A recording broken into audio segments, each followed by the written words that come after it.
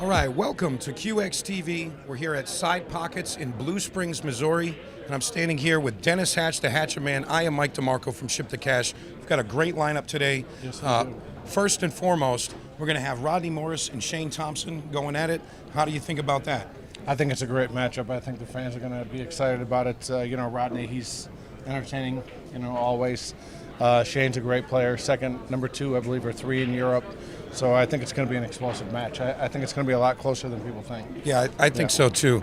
And we've also got our main event coming up, which is obviously Justin Bergman, Tom Cousins. That's over $100,000 on the line, and that's going to be a race to 30 right here on this arena table. So what are you thinking there, Dennis? I mean, that's another great one. These guys are playing for real money, so I think there's going to be some nerves involved in the next match. They're betting a lot more money than Rodney and Shane. I think it's going to be, again, a lot closer than people think. But I do see probably Bergman, in my opinion, winning the match somewhere around the 30 to 25 range. I think both matches are going to be pretty close. Yeah, remember, if you want to watch the Rodney Morris, Shane Thompson, that's free to watch on CueXTV YouTube. But if you want to watch Tom Cousins and Justin Bergman, you're going to have to go to CueXTV.com. It's $19.99 for the pay-per-view, and you can watch all the action here. So, Dennis, I know that you're familiar with both of these guys. Yes, I am. Rodney Morris, what does he have to do to take out Shane Thompson, the safecracker? He has to break well. It's all about the break. It comes down to the break. Whoever breaks the best is going to win both matches. If you have dry breaks and scratch on the break, you start to get behind. If you get 4 or 5 games behind in an alternate break format, you're in big trouble. And same question about Shane. Shane Thompson, what's he got to do to take out Rodney Morris? Shane's solid. I mean, I've played him a couple times myself. I've never beaten him. And if you watch him play, he is Mr. Consistent. That's what I call him. Yeah, he is. I do believe that this match is going to be, a lot closer than people think. A lot of people are saying that Rodney's going to win. A lot of people are saying Shane's going to win. But I'm predicting a hill match myself. Well, so we had a minute to talk with Rodney earlier, and we're going to see what Rodney has to say about this match here. All right, we're here with Rodney Morris, the Rocket. You got a big match coming up today, Rodney. How do you feel today? I feel good. So we just want to, we've been practicing every day, so we want to just get to it and get it done. So what format are you guys playing today? We are playing alternate break, UPL format, and it's race to 25 8-ball, and it's open after the break. So it's I'm not sure if we're doing shot clock. I haven't heard anything about a shot clock yet. Preferably I like a shot clock, but whatever. Yeah, I was going to say the shot clock isn't going to be a factor for you. No, both of us, we're not going to. Yeah, we'll be fine. Yeah. So with this format, what have you been practicing specifically to get ready? 7-foot tables is just practicing the break. Whoever makes balls in the break is probably going to end up winning. Yeah, that's very aware. So what do you think about Shane's game? I mean, you've seen him play, but how are you feeling about your opponent? He's a great player, yeah. So him and I asked him to be my partner in the upcoming doubles, events in November. So I'm very well knowledgeable about his game, how great he plays and stuff. He's a great player and great guy too. I like it. Yeah, definitely going to be a tough one for both of you. What do you think is going to be the deciding factor? What do you have to do to win the match today? I think I got to break really great, and hope for a couple, weird layouts for him. And I think he's going to have to feel the same for me. We get a couple weird ones where we might not get out, and and I think it'll come down to 1 or 2 of those tricky outs that one of us don't get out on. And I think that's going to be the deciding factor, unless of course one person is just not making a ball on the break and the other person gets to shoot every time. Then that you can't really do nothing about that with the break. So you're thinking it's going to be a tight match regardless? I'm predicting 25-24 me. Wow. Yeah. But overall confidence you're going to take it down? Yes, sir. That's good. All right, Rodney, good luck out there. Looking forward to seeing you on the table. Thank you. All right, so it looks like Rodney Morris really confident about the match. He seems like he's ready. I mean, Dennis, Shane Thompson, he's said that he's played action quite often in the past. And I only know him as a tournament player, and most of us know him as a tournament player. But he claims that he's prepared because he's had a lot of time playing in action. I mean, did you know that about Shane? No, I had no clue. I also know him as a tournament player. I had no idea that he was a gambler. Rodney's known for gambling. That's what he loves to do. He thrives for the money. So this is going to be a good match. It's going to be a lot of fun. So we had a chance to get some words from Shane earlier, and he seems like he's confident. Let's see what Shane has to say about his upcoming match. All All right, we're here with the safecracker, Shane Thompson. Shane, you got a big match today. How you feeling coming in the building today? Yeah, I feel good. I've been practicing well, so yeah, feeling good. All right, and you're familiar with your opponent, Rocket Rodney Morris? Yeah, I've grew up watching him play Mosconi Cup and US Open, so yeah, honour to share the table. All right, and you know, we know you as a tournament player, but they call you the safecracker. Does that have anything to do with the action side of it? Have you played for action, big stakes? Big money in the past. Obviously, it's slowed down a bit in the recent years because I've been travelling a lot, but yeah, I'm no slouch to the big games.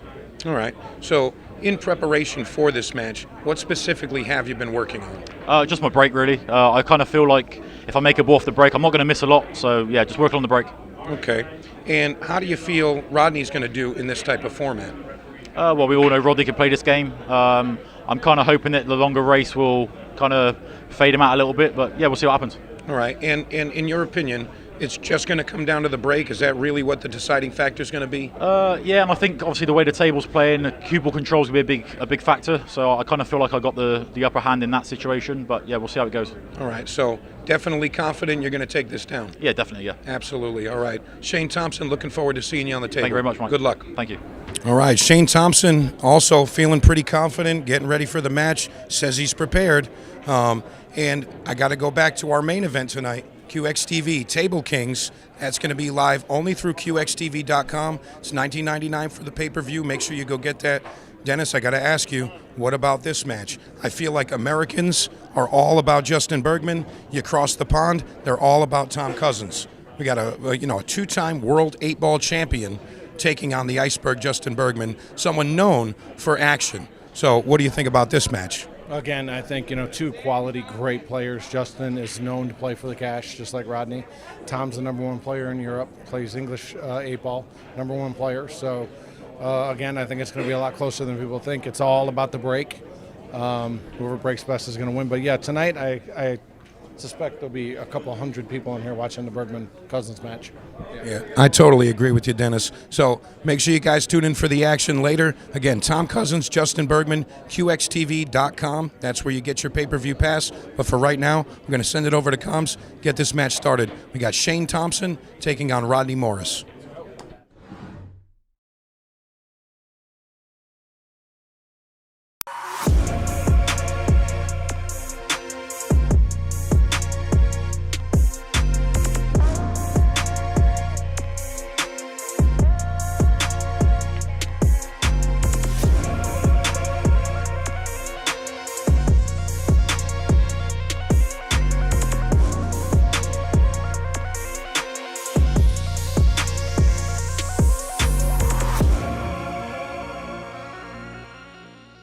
Hey, we're back. Everything that's happened over the last year is going to come to an end. Some team of amateur pool players are about to win $100,000. That's pretty special. 8 runners southbound are your national champions.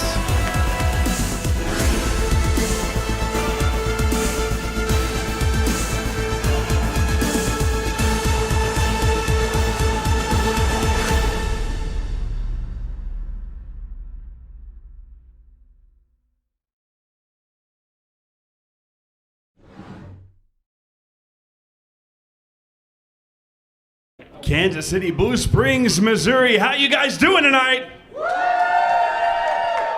What a match we have. We are ready for some CueXTV action.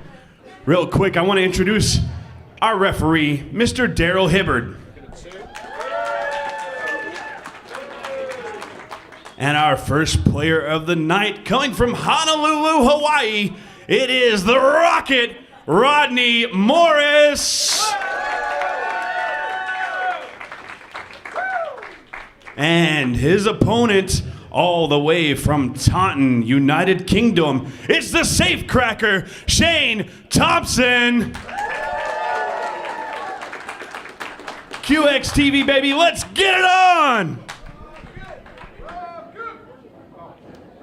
Well, a very, very warm welcome.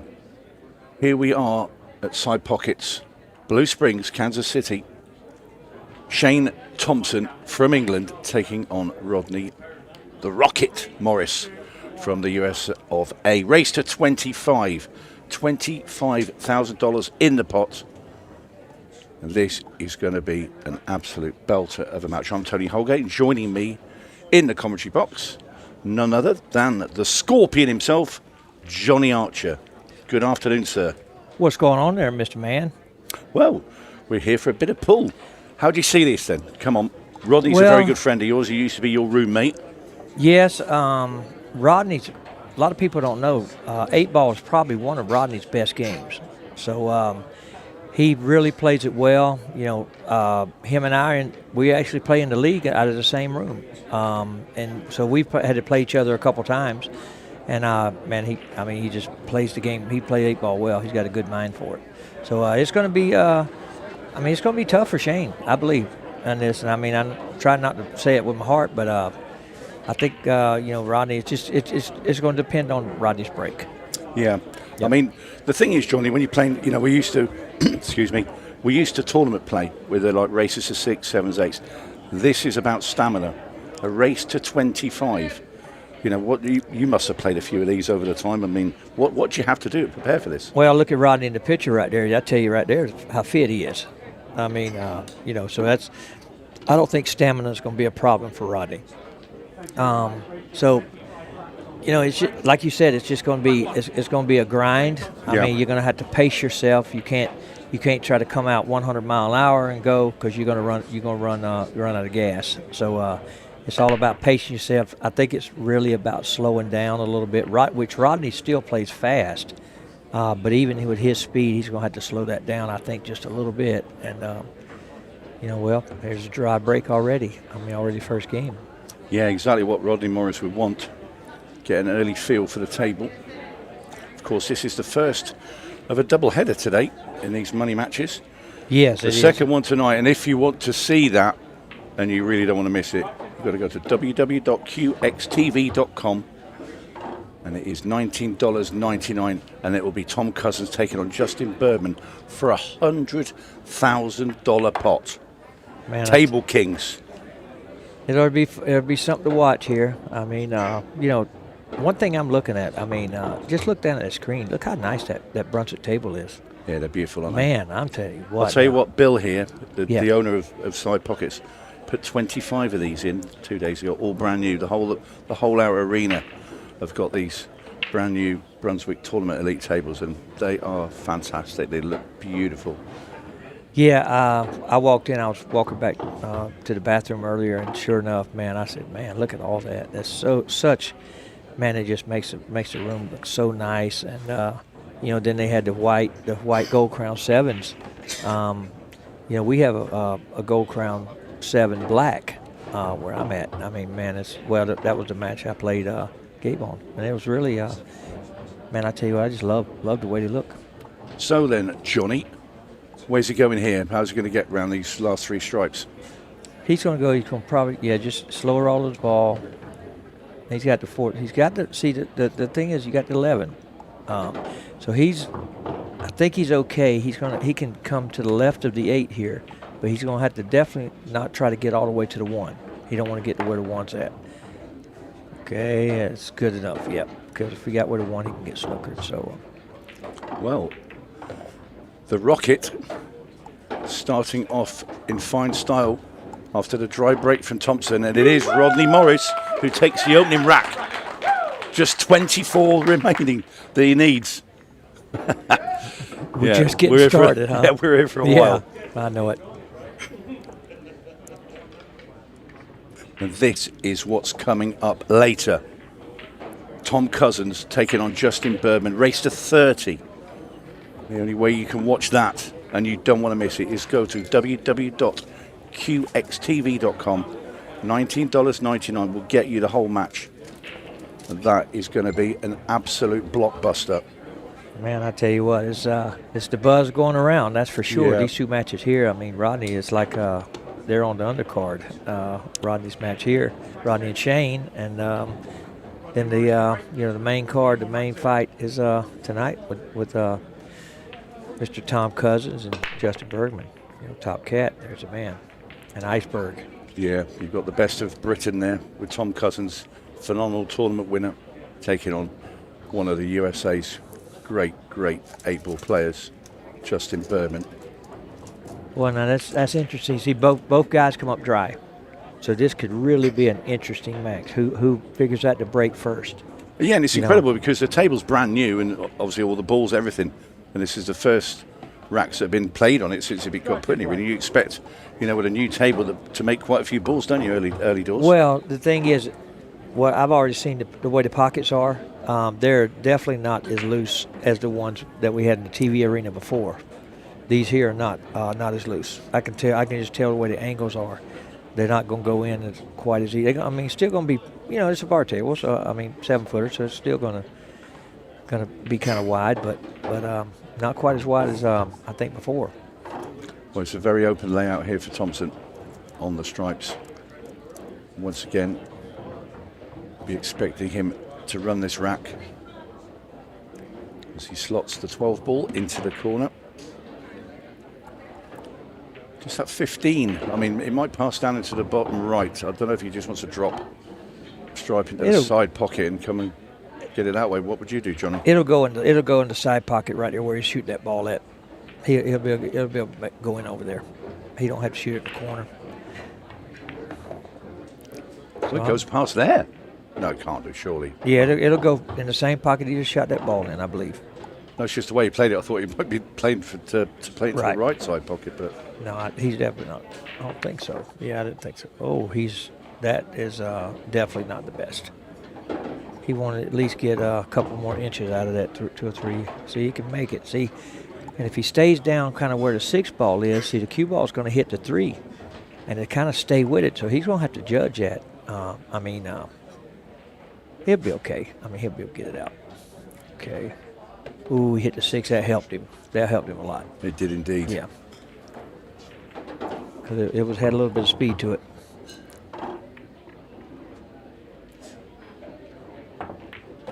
Good shot.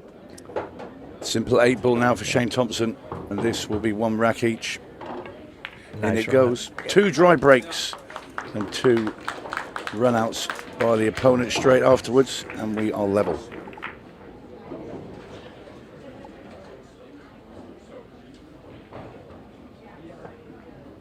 Referee there is Daryl Hibbard from the United Kingdom, one of our professional referees from the IRO.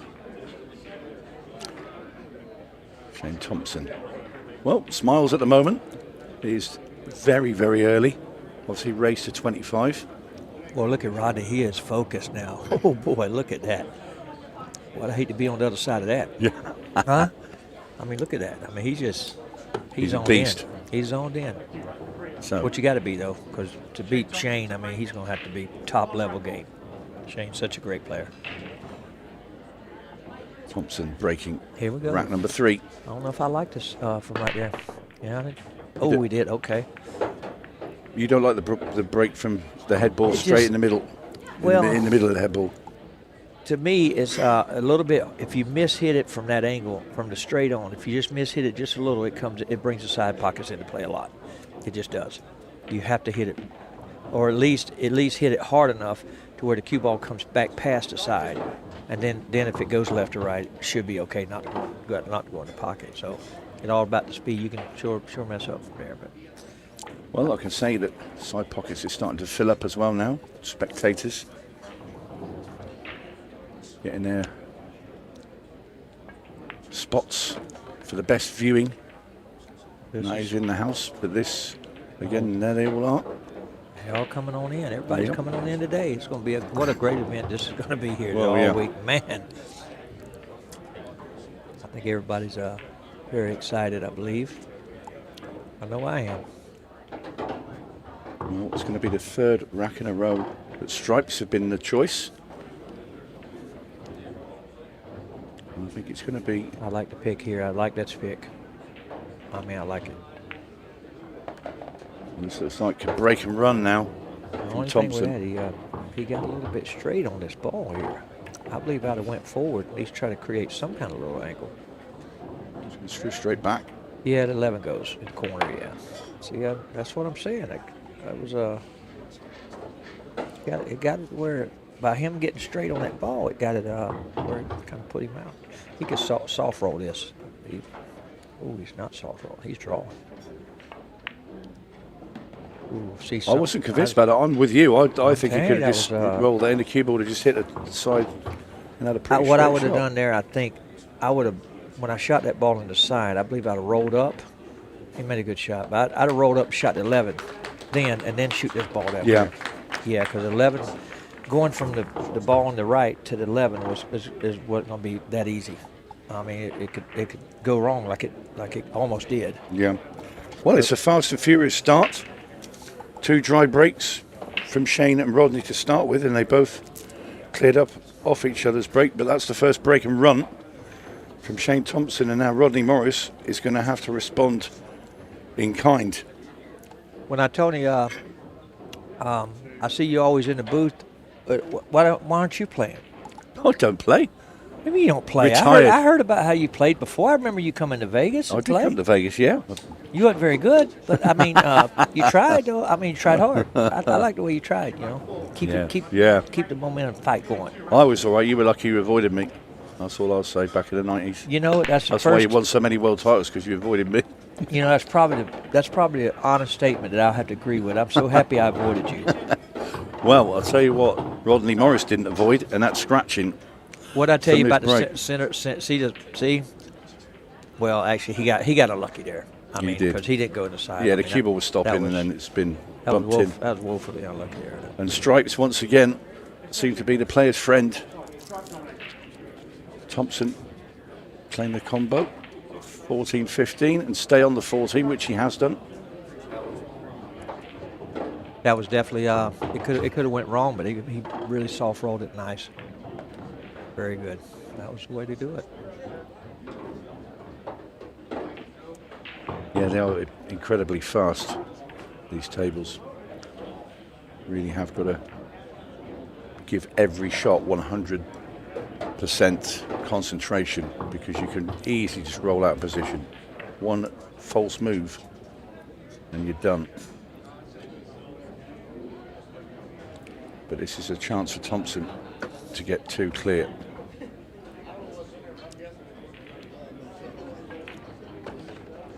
Now, see, in our regular matches, in a race to 6 or 30 minutes, you know, 3-1 lead is big.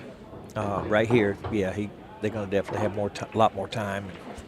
You know, you don't panic yet. Now, when you get around 10, you know, 10 or 12, and you're a few games ahead, then you can start panicking. Oh, look at that ball skid! Wow, that ball twisted a little bit. Yeah, a little look up to the sky there from Thompson. And that ball twisted. Yeah. So What do y'all call it? A kick. A kick. Kick. Yeah. Yeah, kick. Yeah. So he's got to be a bit careful here. I mean, it's easy to get a hold of this too much. That's pretty good. Good shot. Very good control. Yeah, this CPBA cloth, it can really, really catch you out. If you dig too deep, it can suddenly pull that cue ball all over the place. But Thompson controlled that well, and now leads 3 racks to 1. So Rodney Morris's break at the moment has deserted him. He's had 1 dry and he's scratched off another. Yes, Rodney's break it's failed him both times. He broke dry the first time, and then he got scratched. He kicked in there. So, of course, if you just joined us, this is the first of a double header of big money games. This one, 25,000 in the park race at 25, Shane Thompson, Rodney Morris. But later tonight, Table Kings. Tom Cousins, the great #1 from the United Kingdom, taking on USA's Justin Bergman. Race to $100,000. And the only way you're going to be able to watch that is to go to www.cuextv.com. $19.99. And that will get you the whole match. Well, he returned the favor. You got a scratch?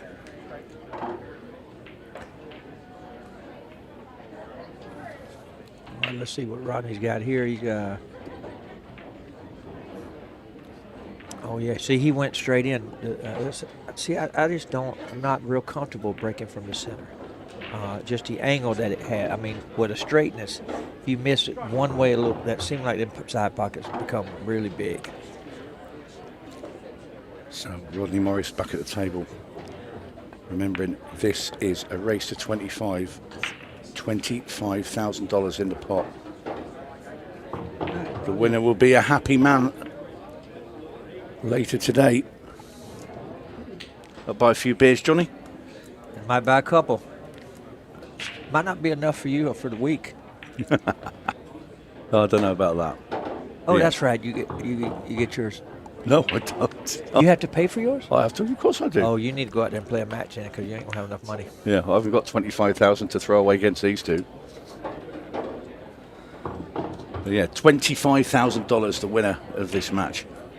And the Bergman cousins later tonight is $100,000. Saw your eyes light up there. Yeah, everybody at work today. You need to come home, get off early, get ready to get you some popcorn and watch this $100,000 match tonight. I mean, it's fight night. That's what it is. It's fight night. So Rodney Morris on the 8 ball to claw one rack back. This has been a tidy finish from Rodney. In goes the 8, 3-2. Morris not going to go away quietly, of course. Doesn't want Shane Thompson to build up a head of speed. Oh, Rodney wants to arm wrestle? Yeah. I got a feeling. I wouldn't arm wrestle with Rodney. He might let you use 2 hands. That still wouldn't be enough. Synthesizer No, actually, it wouldn't. I'm going to tell you. I've seen Rodney in action. So Rodney Morris. Okay, so what about the line? What would the line be, you think? The line? If you had a betting line on this. Well, I think Shane Thompson's the favourite. Shane's a favorite, okay. But Rodney can mix it with anybody on his day. Sure, sure. So I think it's too close to call. I actually said beforehand, and I you know when you get a sneaky feeling, I got a sneaky feeling for Rodney Morris, you know. Rodney's going to be hard to beat. I mean, he's a great competitor. See, he's looking at the speed he's got on that one now. See, he let off the speed. He didn't hit him full bore, if you notice that. And what that done is, you see both. Watch it. Both the balls behind him, one goes to the sides. Perfect speed on the break. And then, so I can see it's probably that would probably be about 60% of his speed, I imagine. Wow, I'm gonna have to take notes on that one. Wow, definitely take notes on that.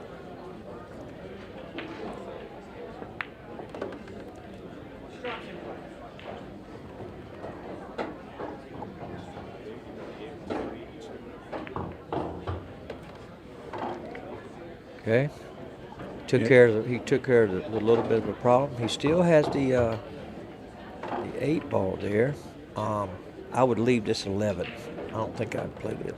Yeah, there you go. I'd play I think he's 9. Heard you. Yeah, play the 9. He's gonna come down for the 12. He's gonna come 2 rails down there for the 12. And then there you go, 2 rails there, and then he's gonna get. He got a little bit of an angle, which is he wants to fall in that gap between the 6-8 for the 11. That looks perfect. Yep. Rodney Morris showing Shane Thompson exactly why he's up here playing for this $25,000. This 8 ball into the top corner, and this will level the match 3-3. Well, if you notice, 8 ball has a lot of straight pull in it. So the last 2 or 3 balls, in straight pull we used to always call it the triangle. You want the triangle here, to where it pops here for the break shot. It's going to be kind of the same thing on the 8 ball. So, absolutely. So the last 2 balls you got in the 8 ball, you want to create that triangle if you can, and then you go here, and then that's there. Then you got the ball. So especially when the other guy has his balls on the table. If the ball's not on the table, that's everything's free open. But it's all matters. The patterns really matters when the other balls are on the table and you're trying to run out. That's when the patterns really come into play. Yeah. You got to play the correct patterns, and if you don't, you just can't. You can't hardly run out. So Shane Thompson breaking off rack number 7, tied at 3 each in this race to 25 for $25,000. Okay, he had the same kind of speed. He's made 2 balls. Everything. This looks just like it's going to be a run out fest. is who can run out. Well, we're fairly chugging along at 3 racks each. Yeah. We feel like we've been here no time at all. Then Seemed like we both just players set out. playing very well. Solids is going to be the choice here for Shane Thompson. Take the 6 ball. That starts him off. Solids in play. So nobody's missed a pot yet. Well, these guys, you ain't going to see many. Well, I remember Cherokee. I think it was in the shootout when Rodney Morris and Justin Bergman went at it. And they had, I think it was either 5 or 6 breaker runs each. And then in the last rack, Rodney broke dry and Justin got him at the end. I mean, that was just an incredible game. That was in Cherokee last year. But at the moment, apart from those couple of dry breaks at the start, and Rodney has had a scratch, these players have not missed a pot. Thompson. Okay, so tonight it's a race to 50, correct? 30. Race to 30. I'm sorry, I got it wrong. That's okay. We'll forgive you, John. I had 50 on my mind. for some reason. $100,000, race to 30. Okay, Only available www.QXTV.com. gotcha. $19.99. And you don't want to miss it. It's going to be an incredible match. The atmosphere will be electric tonight as well. It is a real tussle. The best of the UK against Justin Bergman, one of the greatest players in the United States, and a super competitor is Justin as well. So, okay, so really fast. Who do you have the favorite for tonight? Don't bet with your heart. No, I make Justin Bergman a slight favourite, but I think we so. know Tom Cousins has won events over here, so it's not, and he's just a winning machine. Well, what's going to be hard for Tom is, Tom's won events here, but you're talking races of 6. He's going to have to deal with Bergman's break and Bergman's pattern play on the 7-foot American table. This is not the English table, which the English table roles will be reversed. Yeah. Definitely, because absolutely patterns become totally different. It's the size of the ball. Yes, well, and the patterns have to become different because, like I said, around the pockets. And well, you play to be more behind balls on the rail in England than you do over here. You want to use the cushion to manoeuvre the cue ball around in America, right, on the bar box table. You don't leave yourself straight behind the ball on the rail. That's right. Well, we play position for the corner, for the rail shots. Yeah. Because if you shoot the ones from rail, that makes the pockets really big, where you can hit rails. Where out in the center of the table is when the pockets get smaller.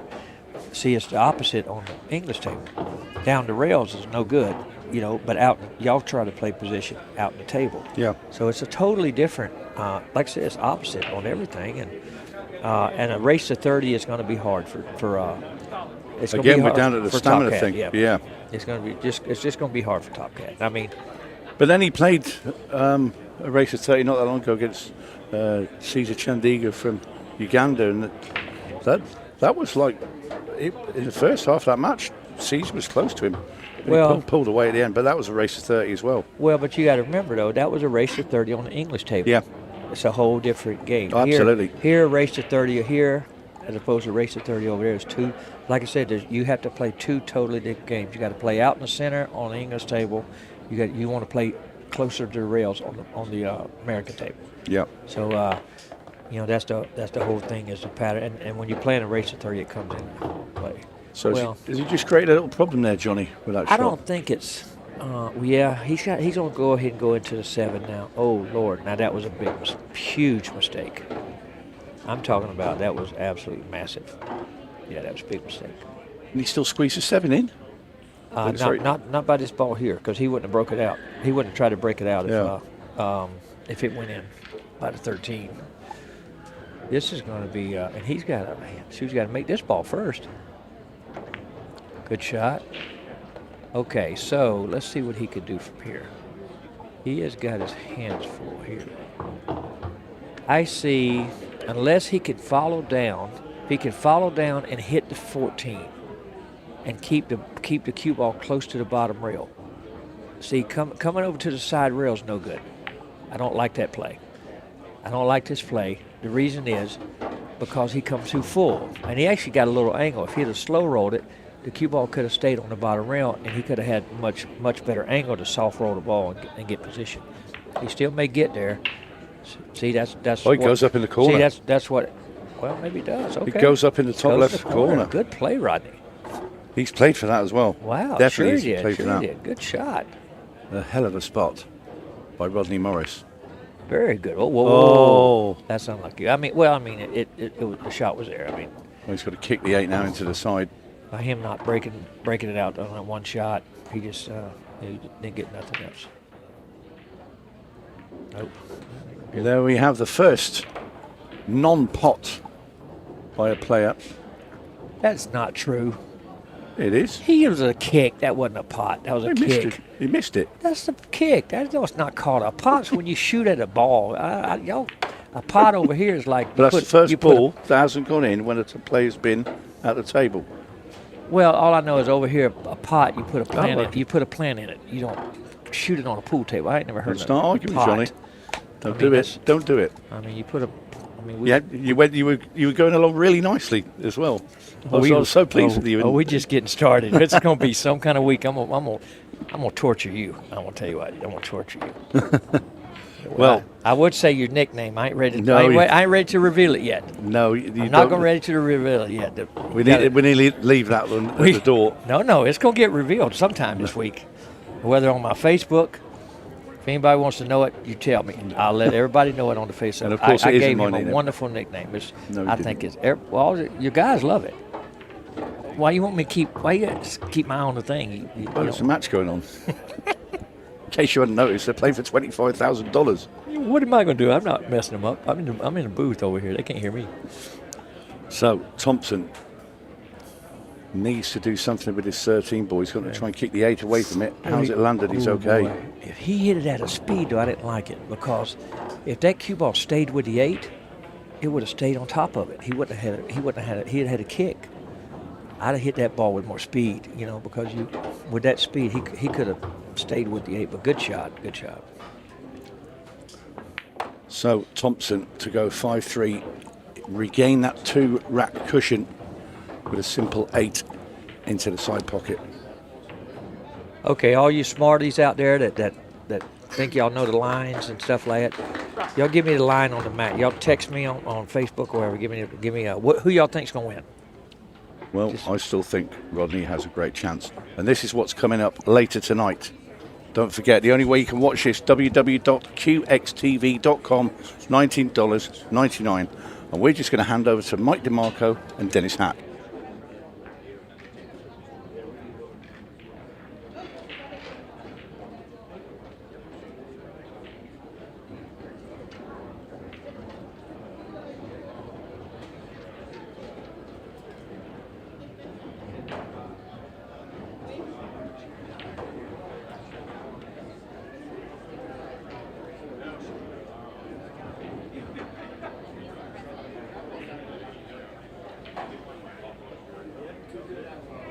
Well, you guys asked for tight action. It's exactly what we have. Shane Thompson looking very, very sporty out there. This position late in that rack from Rodney. And the scoreline represents exactly what just happened. 5-3 score now. The breaks weren't really working for either player early on. But 5-3 the scoreline right now. I'm Mike DeMarco from Ship to Cash. Joining me, the Hatchet Man, Dennis Hatch. Dennis, what do you think so far? I think it's a good match. I think Rodney's a little nervous, maybe. I think that that last rack, he could have hit the 7 ball with a punch, center ball, and punched the 13 out of the way. Instead, he followed into it and chased behind it. I think it was just a mental error, but I think it's as expected, pretty close at this point. Shane is starting to get a little lead, but again, if it gets too far away from Rodney from this point, then it's going to be tough to come back because of the alternate break. Yeah, and we talked about that earlier, the break being such a huge factor, especially in these long races. I mean, it looks like early on, both players couldn't really figure it out. A few dry breaks, a couple of scratches on the break. But, yeah, Shane looking very, very solid out there. Yes, he is. When you're playing for money and you're, under pressure, you have a tendency to overamp hit him too hard, and I think that's what they were both doing. Shane has dialed it in now. He just popped him. He didn't hit him real hard. Even though they exploded, it was more of a pop, not a power. Yeah, it's not all about the power. It's Right. about that exact sweet spot to get the balls to react the way you like. I do the same thing, though. I get out there, I get all amped up and start trying to crush them, and, don't hit them too hard. Don't make a ball or scratch. Yeah, I don't know if you remember at the grand finals past November last year, Shane Van Boening smashing the rack. Looked like a nuclear bomb went off, and he's breaking dry and getting his cue ball stuck at the top of the table. It's not all about the power. It is not. And Shane looking to close out rack number 9, and he does so. 6-3, Shane Thompson right now. This is a huge game for Rodney here. Yeah, massive. And I want to remind everyone to make sure to like, share, and subscribe to the CueXTV YouTube page. You see a lot of this high-stakes action coming through that channel. So make sure you get yourselves situated. Turn your notifications on. This way you know when the action goes on. And this is just some of the first matches of many to come. Yes, and, Shane, I don't think he gets enough credit. The guy plays so good.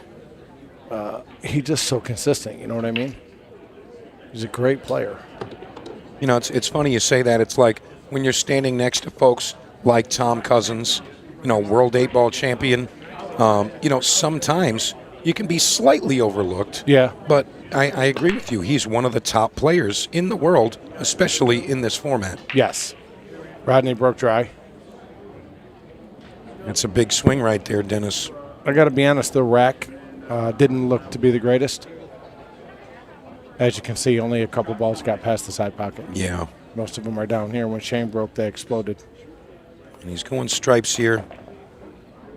And he's likely going to use the 14 or the 10 to maneuver that 13.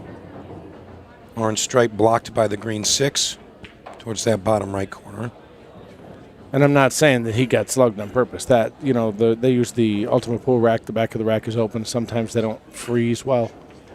And, I think that adds to the action. You're not sure exactly. It's not a template. It's not just cookie cutter every time. Right. And, it adds some excitement to the matches. It does. So Shane just kind of figuring out his pattern here. And again, he's going to want to get underneath that 13 ball. He's got the 9 sitting very pretty here, but this is where he makes the decision. He should be able to shoot the 9 and then take the 14 and bump the 13 or the 6 if he moves the 6 out of the way. But I don't see any issues here at all. Yeah, he's going to use the 9 as a hanger, an escape. So he'll shoot the 14 now, going to the 13. Yeah, with the 9 ball sitting there, that's kind of your insurance policy. Yes. Just got to be careful. If he can go into the comes 6, into these. I think he hit it a little hard. Yeah, I agree with you, though, Dennis. If he hits the 6, I think it was better because the 13 just goes. It stays right goes there. Straight by. And if he's going into the 13, I would have just tapped it up to, towards the rail, and then the 13 goes up and down in both pockets, straight up, straight down. I think he got a little fortunate here. It looks like he can still make this. Not sure if he's going to take it on. Well, from the screen, it looks a little tougher than I think it is. He might have to bank it or go into him. I think he's trying to go into the 2 here. Yeah, he doesn't. It doesn't play. He's going to get real lucky here. Wow. I don't think he has sight here, Dennis. Oh, I thought he might be able to bank it. But, yeah, I didn't like using follow there off that rail. The cloth's brand new. They've only played in 9 games, so it's going to slide, right? You want to hit that with center ball. Come off that rail with some speed. Yeah, very fresh cloth. He's going to swerve this. Wow. What a great shot. Wow. What a great shot. Shane Thompson, ladies and gentlemen. Wow, what a shot. Wow. That's a backbreaker right there. Yeah, executing a shot like that in a match like this with these stakes. That was huge. Yeah. 6'4", Rodney's got a shot. 7-3, it's not looking good. Ooh. Walked its way in, but it does fall. Unbelievable. We're going to get to see that again. Look at the swerve on the cue ball. Just barely missing that blue 2. Very, very firm control there. Honestly, that's one of the best shots I've seen. I mean, that was amazing without hitting the 2. And the cut alone is difficult from that angle. Without hitting the 2 or overspinning it, I mean, that was incredible. Not looking good for Rodney here. Alternate break, it's tough to come back. Even I know it's a 25 race to 25, but still. You get 4 or 5 games behind. It takes a lot of luck to come back from here. Shane needs to either scratch on the brake, dry brake, then Rodney breaks and runs out. It's still only 7-5, and that's if he breaks dry or scratches on the brake. Well, we're going to test the commentator's curse right now and see if you can speak that into existence. There. I was going to say there it is, but no, everything's wide open. Yeah, it is. And Shane's very, very comfortable with the format. Once he gets rolling, really hard to stop that momentum. Solid to nominate. You know, Rodney always in high spirits. And don't forget, because he is the Rocket, he can do a lot of damage in a short period of time. With the alternate brake, as we said, it's going to be very difficult to take control.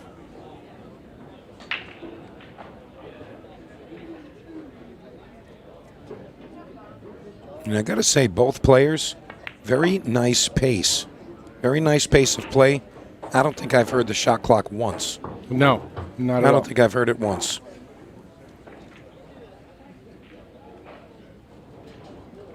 He didn't get on the 5 like he wanted to, but he still can shoot the 3 and then the 6 and then the 5. So, I mean, the 6 is sitting in a real good spot for him.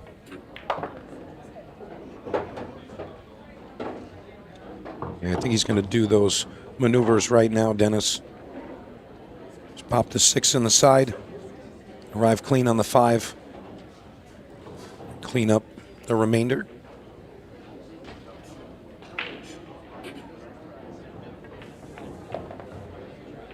Very nice.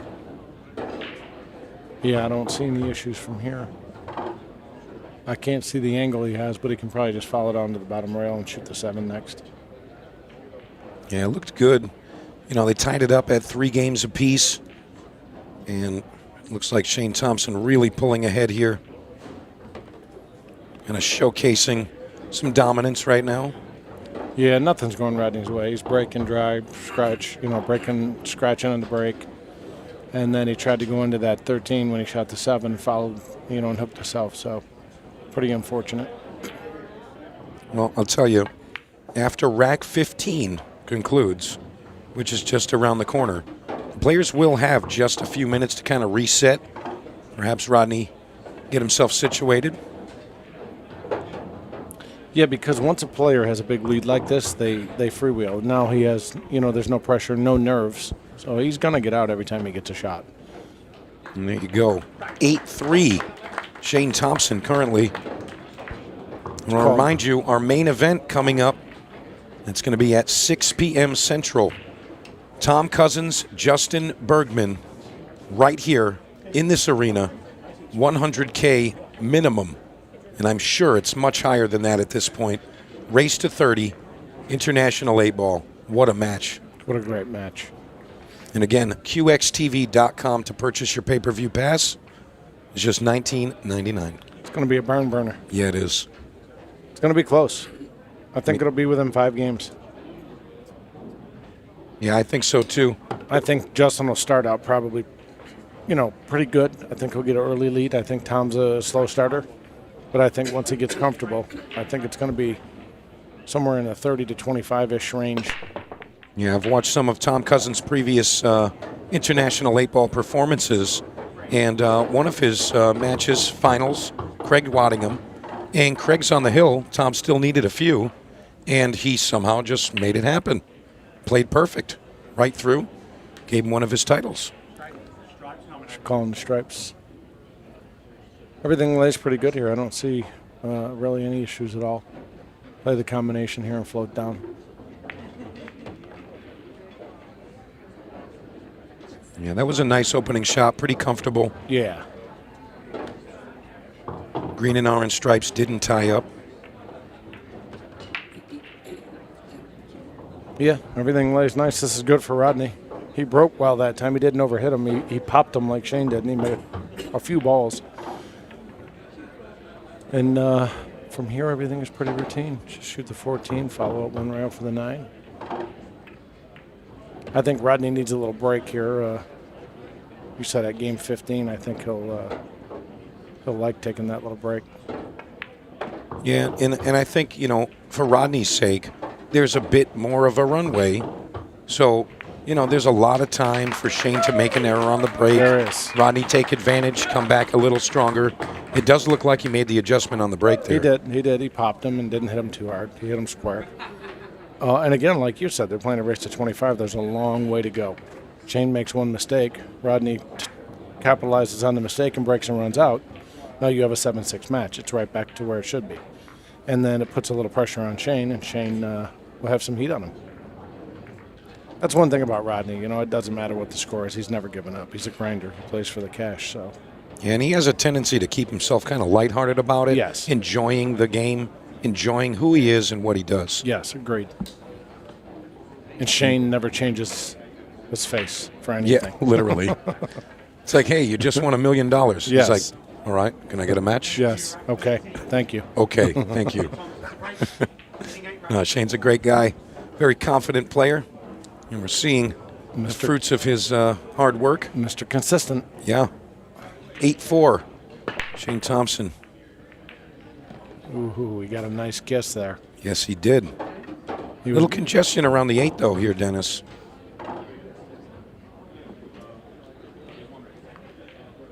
And I think the 10 ball being there does help. I don't see much here as far as congestion. Everything goes. The 3 goes in the side, which would probably be his last ball, or the 2 or the 4, and shoot the 8 in the corner where the 1-6 is. But the 3 goes immediately, so it's a pretty wide open rack. Yeah, he's not really worried about this. No, there's really no issue. You're probably going to pick the 6 off here quick, just to open up the 1.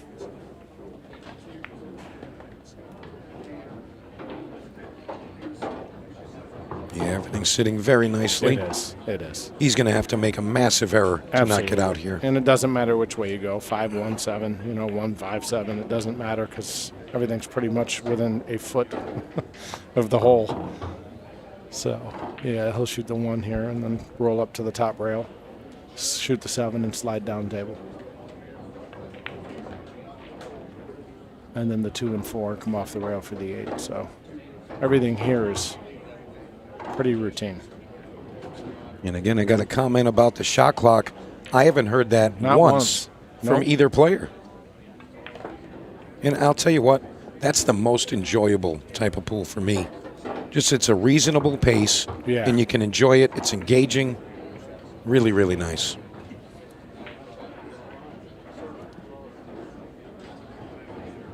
Yeah, I don't think he has any problems at all here. Take a huge error for him not to get out from here.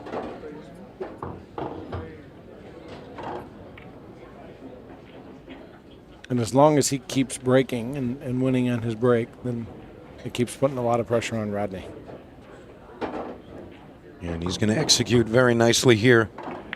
9-4 to Shane Thompson right now. And I want to remind our viewers, make sure you guys are sharing, liking, and subscribing to the CueXTV YouTube page. There'll be lots of great content coming through that channel, and you don't want to miss it. Rocket, legend in the game. He is. No question. Needs some help right now. CueXTV live tonight. Justin Bergman and Tom Cousins. What a barn burner. That's going to be a great match.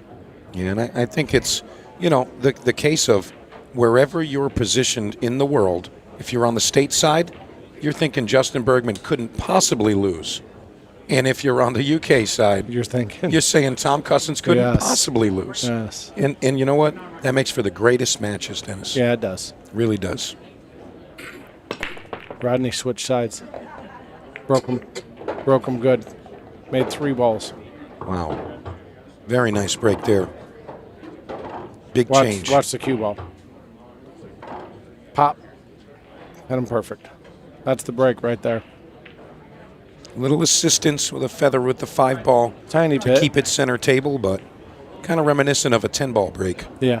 You see Very the cue similar. ball, though? It had follow on it that time. Kind of spun forward a little bit. Had a little English on it, but you see the break, right? When you pop them soft like that, everything is wide open and balls run to the holes. Tell you what, players competing this weekend, take notice. Starting tomorrow, take notice of this. You're getting the first glimpse of what's going to happen on this arena table. Yep. But again, you get out there and your adrenaline's going. You have a tendency to overhit them. I do it myself. Yeah, we've seen some top players fall to the break, fall to simple-looking shots, but really it's just the heat of the arena. You got to get out there and give it your best immediately. Looking a little better here if he's going to make it 9-5. 9-5, but still he needs help from Shane, right? I mean, the pool gods have to help him here. He needs either a mistake by Shane or, a dry break or a scratch on the break. If it keeps going the way it is, back and forth, the closer it gets to 25, the less chance Rodney has to come back, right? Yeah, absolutely. At about the halfway home stage, Rodney would like to see it be maybe 13-12. Yeah, something like that. Yeah. That's manageable. Yes. From that point. Yes. 1 or 2 games is manageable. 3 is okay, but anything above 3 is, once Shane is halfway home, if it's 13-9, that's tough to overcome in an alternate break format. It is possible, don't get me wrong. I mean, we've seen it many times. Yeah, but Shane's so consistent. He is. He really is. As you called him, Mr. Consistent. Yeah, he is. He really is, yeah. He doesn't, no offense, but he doesn't do anything special. That's the same break every time. He pops them, and it's the same speed. He walks around the table and does what he needs to do, and he just typically doesn't make mistakes. Yeah. And I've heard him described as the same type of thing, doesn't really do anything specifically of note, but he just does everything really good all the time. Yeah. This is what I think he does the best right here. His break is just, incredible. Oh, sorry. Sorry, Shane. Or you're welcome to Rodney, whichever way you'd like to call it. I got him. If you don't believe in the commentator's curse, folks, there it is. Well, I don't believe in it. I don't either. It's a coincidence. Yeah. He didn't hit him as good as he normally does. His cue ball floated back up towards the corner and then got a little kiss. But I'll tell you what, this is the final rack in our first 15 games. And we're going to have a 2-minute break and come back with the remainder. So that in mind, if Rodney finishes this, feels confident, makes it 9-6, just a 3-game deficit.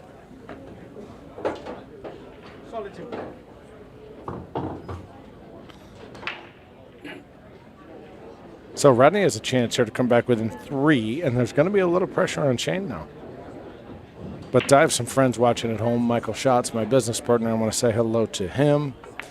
Also to my buddy Travis Davis and his friend Roger Henry watching. Thanks, guys, for watching, listening to the stream, and listening to me and Mike DeMarco over here. Watching some great pool. Watching some great pool. Make sure you watch tonight. Justin Bergman and Tom Cousins playing for $100K. I'm not sure the total, but I'm pretty sure it's closer to 150 at this point. It's up there. I've heard that. It's up there. I know that. And we mean total, 100 or 150 total. Yeah. So that would be 50 each or 75 each. But still, that's a lot of money. And it can keep climbing. Yeah, I'd be nervous. I don't believe that. I would be nervous. Damn. Rodney didn't hit that good at all. Sorry, Rodney. I'm just saying you could see a little hitch in his stroke there. He didn't follow through at all. And this is missable. But not for the Rocket. Not for the Rock. Here he is. 9-6 now. Rodney Morris still trailing 3 games to Shane Thompson. And we're going to take a quick break. We'll be right back with more action right here. Nice. Rodney Morris, Shane Thompson.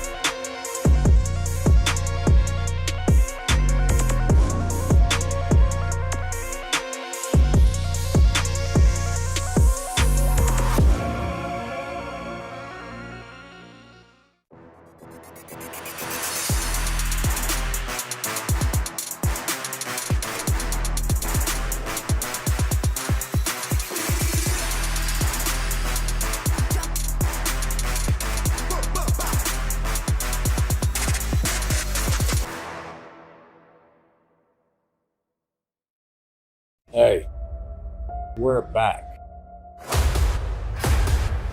Everything that's happened over the last year is going to come to an end. Some team of amateur pool players are about to win $100,000. That's pretty special. And runners southbound are your national champions.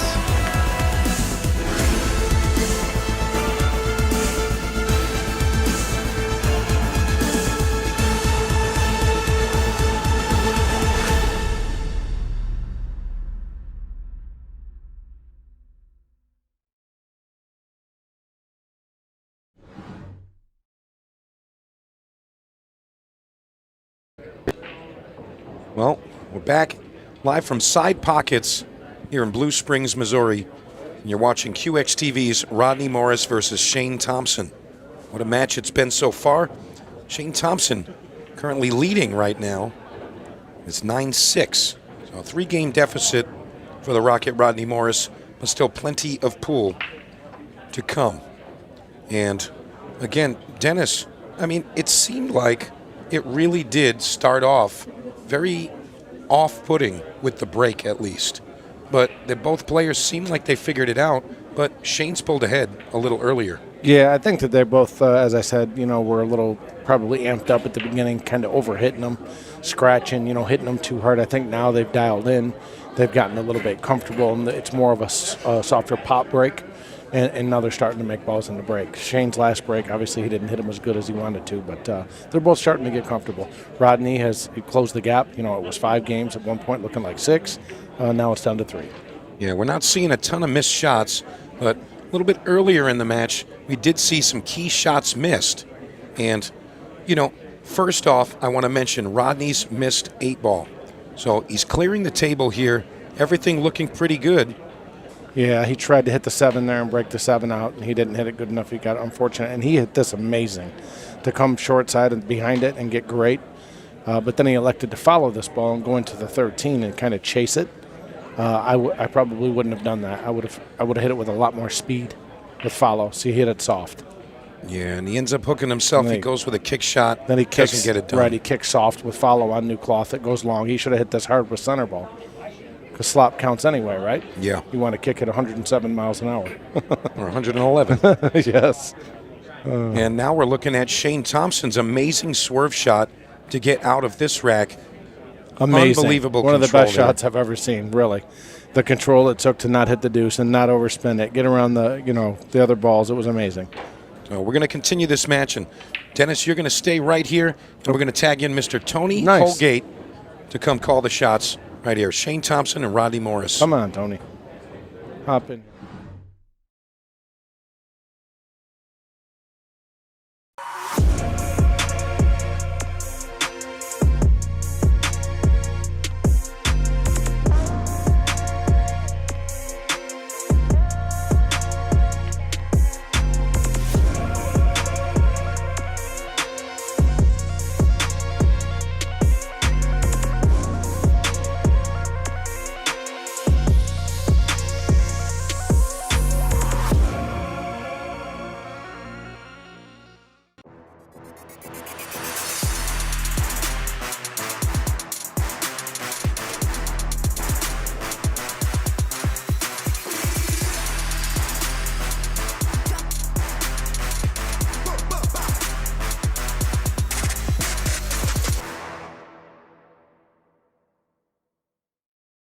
Hey, we're back.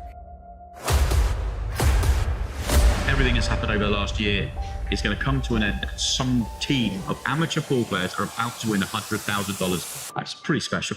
And runners southbound are your national champions.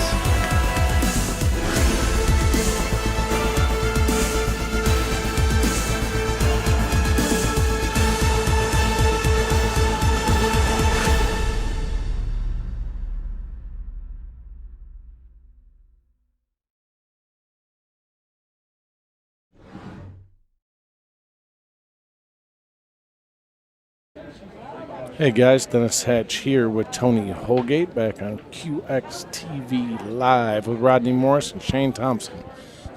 Rodney's now 9-6. They took a small break and we are back. Tony, good to have you. Yeah, great to be here. Dennis, just wonderful wonderful room, side pockets here in Blue Springs, Kansas City. It's beautiful with the It new is. tables. They look fabulous, don't they? They do. Yeah, they really, really do. I was here when they brought them all in the other night, and it was a sight to behold.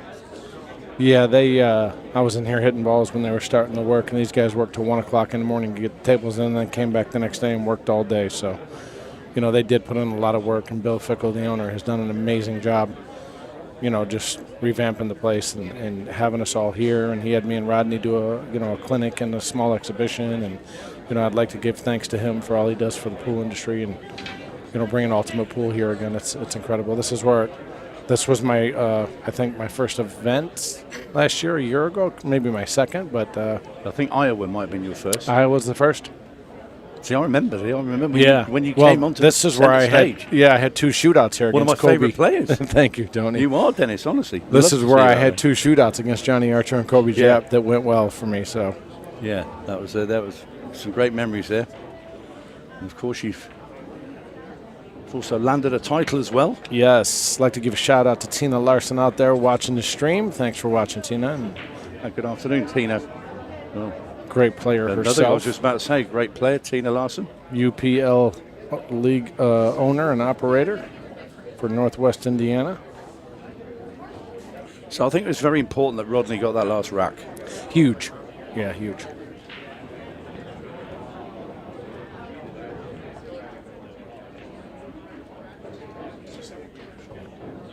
We're just going to take a quick break, and we'll be back in a couple of minutes. We'll just sort out a little technical issue.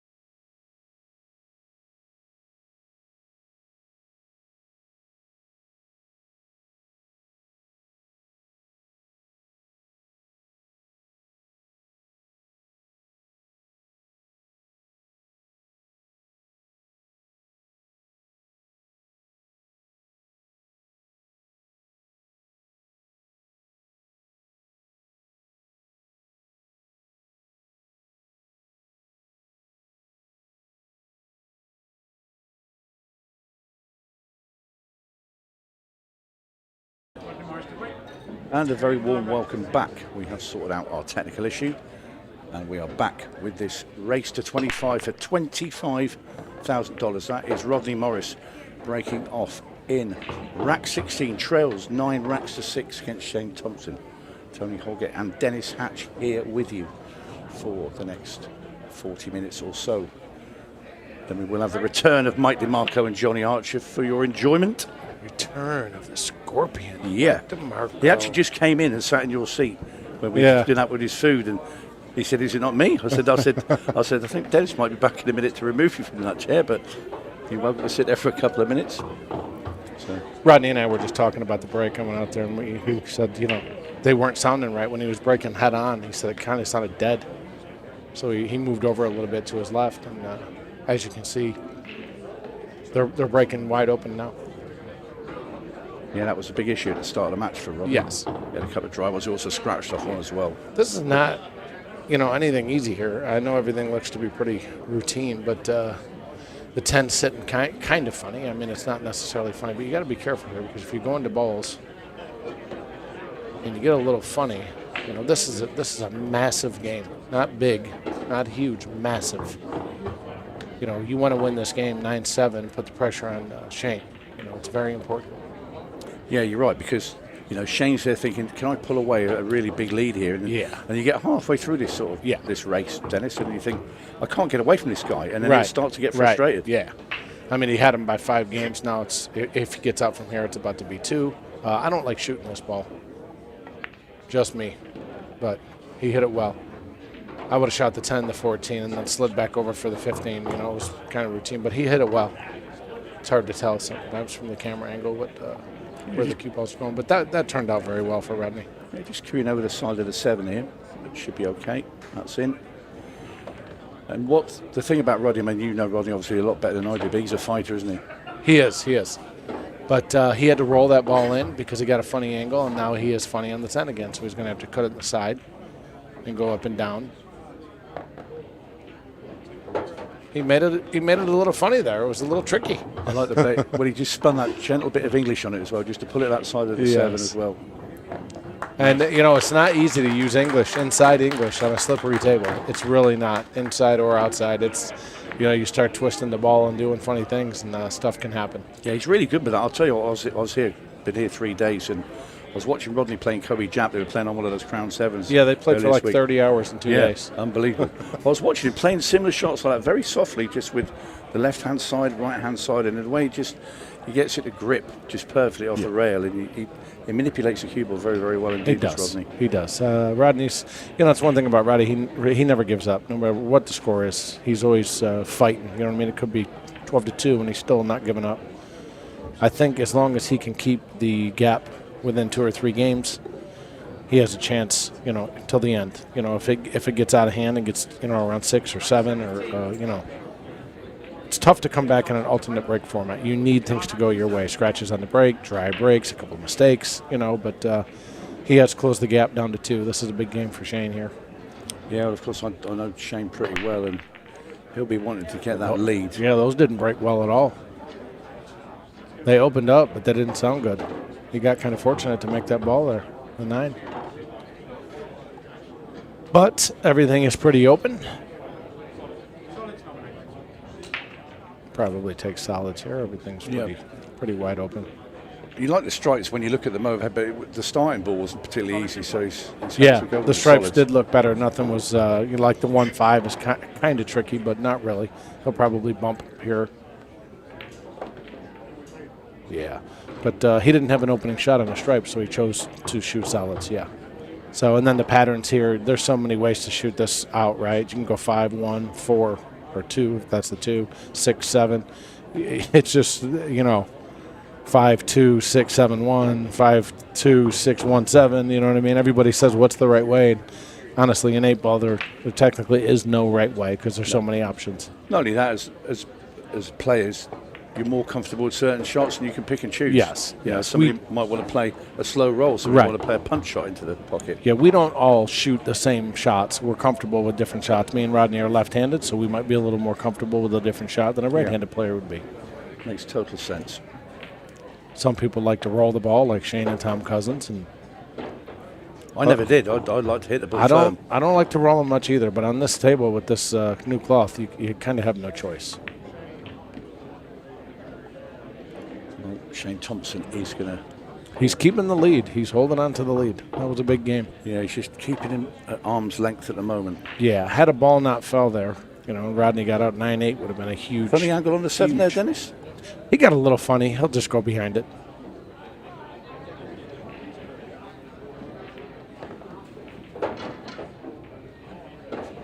Yeah, that was good speed.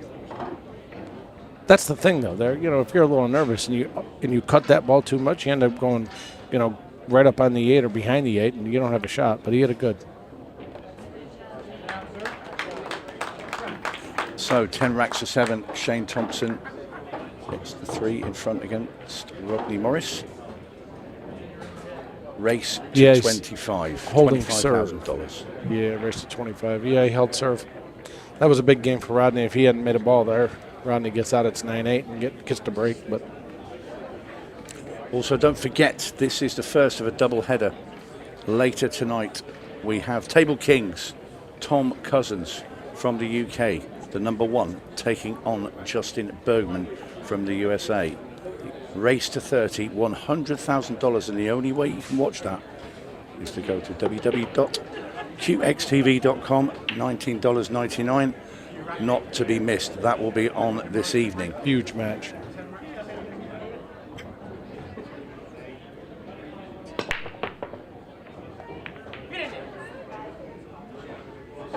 Rodney broke those good. Again, they didn't explode. That was kind of a dead rack.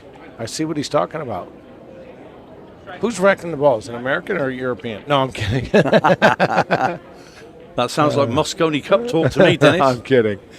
No, he broke them good. They did come out pretty clean, but he's going to shoot stripes here for sure. He's got the 2 stripes hanging in the side pocket.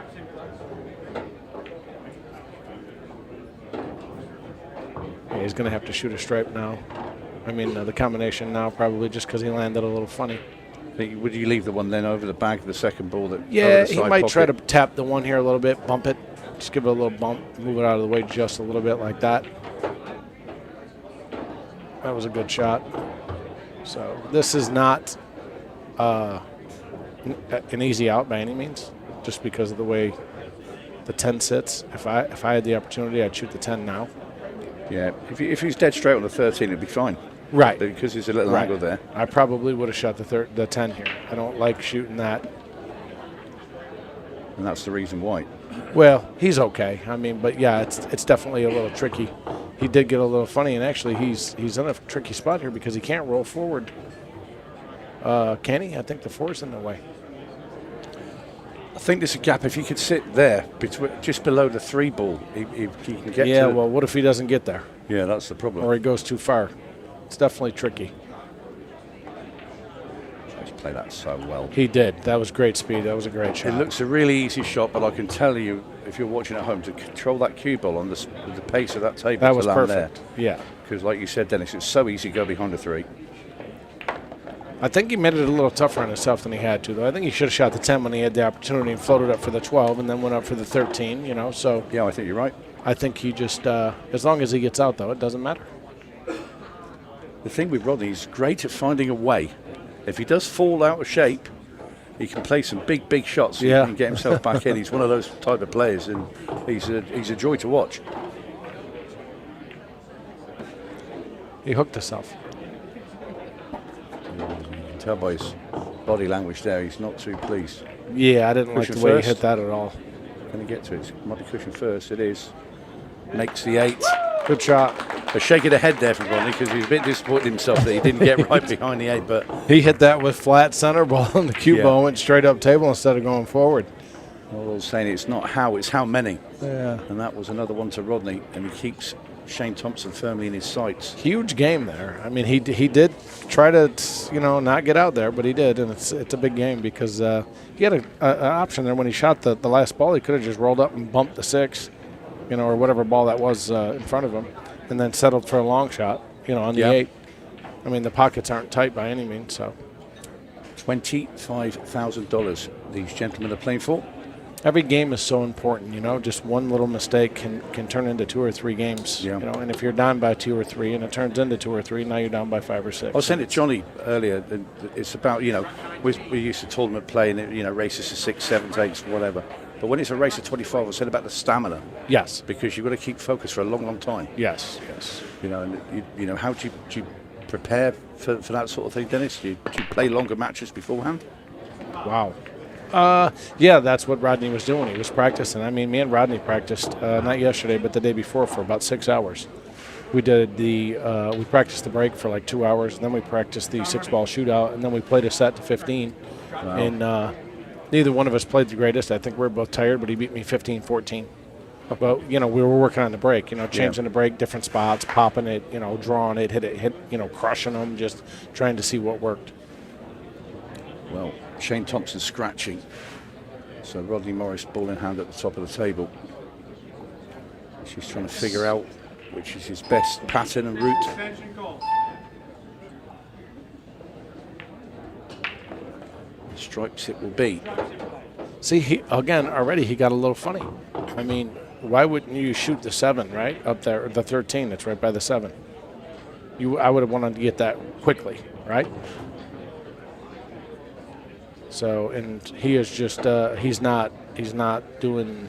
Well, he's only got one ball to play now, which right, is a 9. And that's what I mean. If he had ball in hand to start, I would have shot the 15, then the 13, you know, and played out after that for the rest of the balls. So now he has to make a choice here on what he's going to do. That's a nice shot. He did. He spun it in nice. But he is a little tentative. I mean, I think he's playing a little tight. But it's the thing I said, Rodney could get himself back into shape with, you know, a very well-controlled shot there. Yes. Had to be very accurate with the cue ball. In goes a 12. So, again, he's still got a 13 to get on up there, Dennis. He does. And I don't like going after it now because if you hit this with too much follow, it's going to float behind the 7.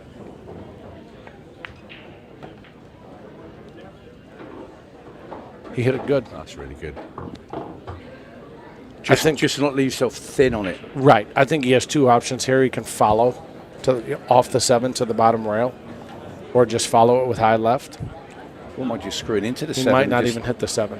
Leave a long stripe into the... Yeah, he's just foul. I left off the 7. Smart shot. Oh. That's a great shot. That really is. I mean, again, the manipulation of the cue ball from Rodney there is just fantastic. Yeah, it was a nice shot because he could play off the 7, 2 rails, and if he doesn't get straight in, he can follow down to the bottom rail and shoot the 8 in the top Well, I'd have been corner. scared to get hooked behind the 1 or the 3. I'd have been so scared playing that shot, but didn't he play that well? Rodney Morris showing that he's up for the battle. He is 10-9, and he has closed the gap, and it's a match, folks. Yeah, watch this. He spins it and just ticks the 90, and he used center ball there, not follow. So he made sure that he hit the 7. Yeah. If he followed it, he wouldn't have hit the 7. Yeah, I would have been so scared of that shot, I have to say. That was a tricky shot. And that made life very easy at the end then. Yeah, this is an enjoyable match. These guys are playing good. Oh, it's fantastic. It really is. It is. It's fun to watch. And Rodney is all focus out there. Look in his eyes.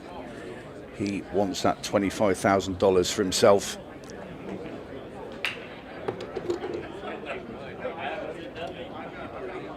If he does win, I might hang around. What was he him, doing buy him there? at Is the there bar. something wrong with his back or his leg? What was he just doing? I don't know.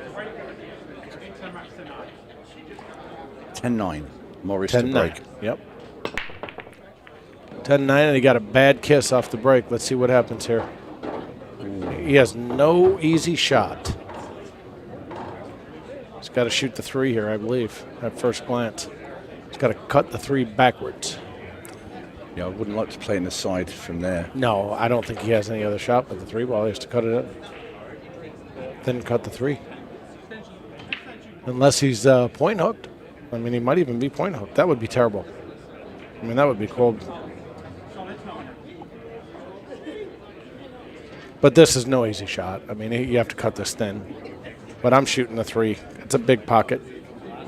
Cutting it as thin as I can. What is he shooting?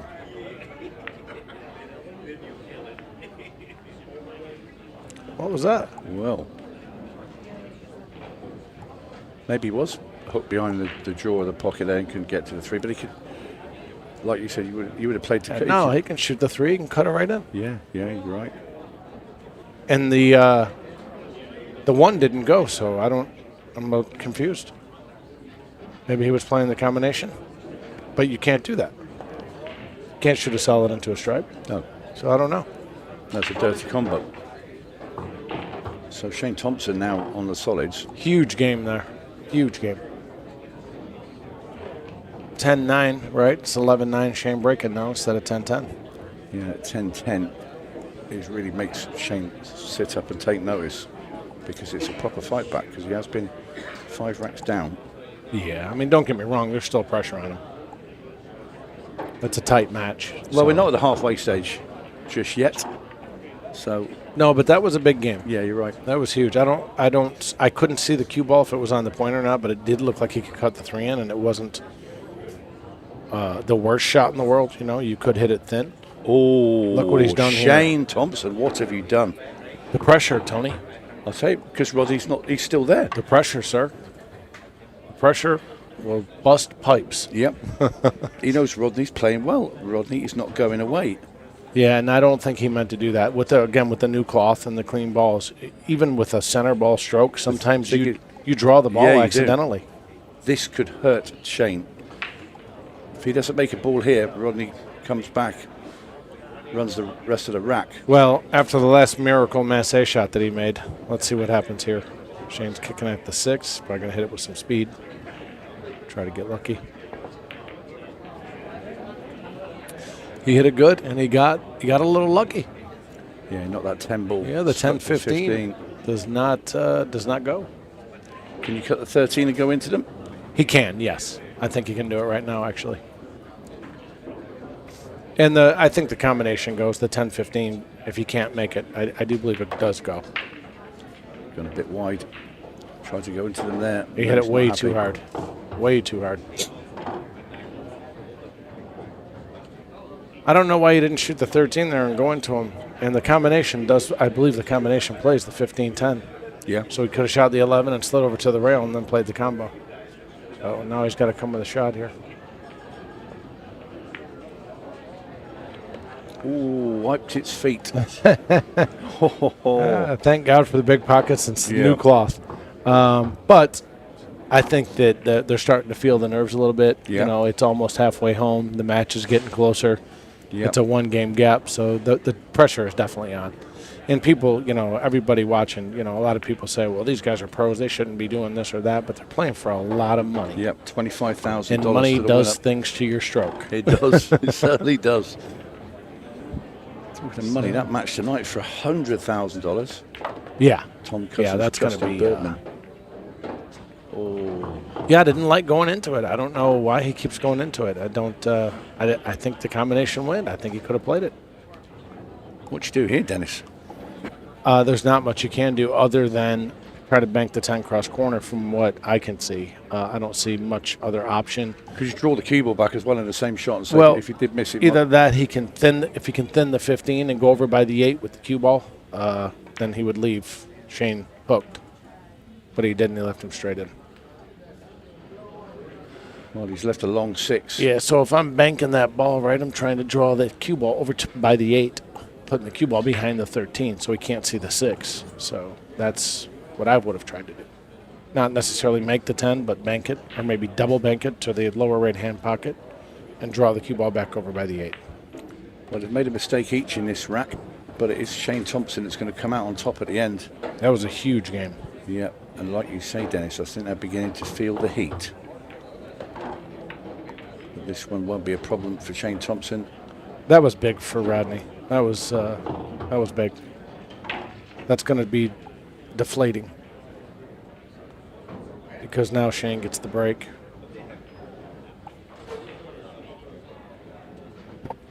Maybe I'm wrong, but I do believe that he could have played the 10-15 combination. It really did look like it went because the 15 was off the rail just a little bit. Yeah, there was room. Yeah, there's definitely room. I think there was room. So 11-9 to Shane Thompson. Race to 25. $25,000 to the winner. And like you said, Tony, at the beginning of the rack, he could have shot the 13 right away and came across table and went into him. So don't forget, tonight we have Table Kings, Tom Cousins, the UK's #1, taking on USA's Justin Bergman. $100,000 to the winner. The only way you can watch that, go to www.QXTV.com. $19.99 will get you the whole match. And listen, I'm not perfect, right? We all make mistakes. I've been out there dogging it myself, so I'm just, playing matches is stressful. I mean, you go out there and you play under the lights and the TV, you make mistakes. I mean, without your arm's not the same. It certainly isn't. It's a lonely old place out there when things aren't going right. Yeah, and Shane's got work to do here. He's got 2 balls that he needs to break out. I don't see him shooting a stripe from here. He's straight in on a solid, so why wouldn't he shoot that? Well, you would do, because I think you've got the angle on the 1 ball. They can get right now 3 ball out. Right now, just go right into it. Yeah, absolutely. And then he has to contend with the 5 ball, which he can get off the 7. But yeah, I'd go right into the 3 now. Absolutely, go right after it. Anything. Firing the 8 ball down towards that corner, but it's okay. Yeah, but now he can play the 7 and break the 5 out. Not now, but shoot the 3 on the side and then the 7 and bump the 5-13. I think he's looking at removing the 3, 6, and 4, and leaving it till later. That's scary, but I do believe he'll go after it now. That's the smart move. Go right after it. Don't wait, because if he doesn't get a shot on the 5, he has the 2 as an escape. He didn't quite get there. I saw him put his cue over here in the middle of the table like he wanted to be on the the right side of the 7, so he could go into the 5. So, but again, I don't see a problem here. I wouldn't shoot the 7 now. I would definitely shoot the 4 or the 2, and then I don't like that 6 ball. He's going to shoot the 6 now. 4, 6. Yeah. Then the 2. And then he'll play off the 2 for the 7, and then break the 5 out from there.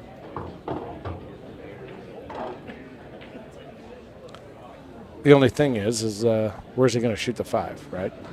If he hits the top side of the 5 off the 7, it's going to go down to the bottom rail by the 8. And it doesn't go in this corner. So. And this is the thing, when you leave the problem till the very, very end, you've got nothing else to land on. It's still doable. He hit a good, and he saved the 2 for the escape. Yep. And he landed absolutely perfect. That's where he put his cue last time, where he wanted to be. So he got absolutely perfect. Yeah, perfect angle to go straight into the 5 and 9 now. Just bump it now. Wouldn't even hit it hard, just soft. Cue ball stops there, and he shoot the 2. Yep. Yeah, it should do him, because he'll pot the 5 and he'll leave an angle then on the 2 to bring the cue ball across for the 8. And he'll shoot the. Oh wow! Using inside and spinning. Hello. Oh.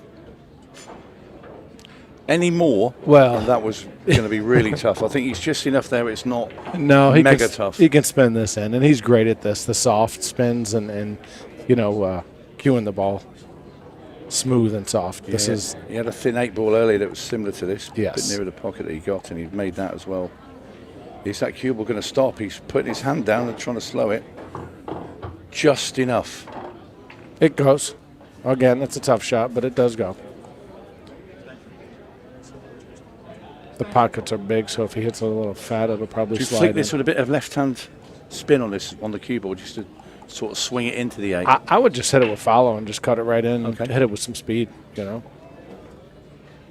that's what he's doing. He's just going to follow it, hit it with some speed. It's not a real tough shot. He missed that ball. He did miss it.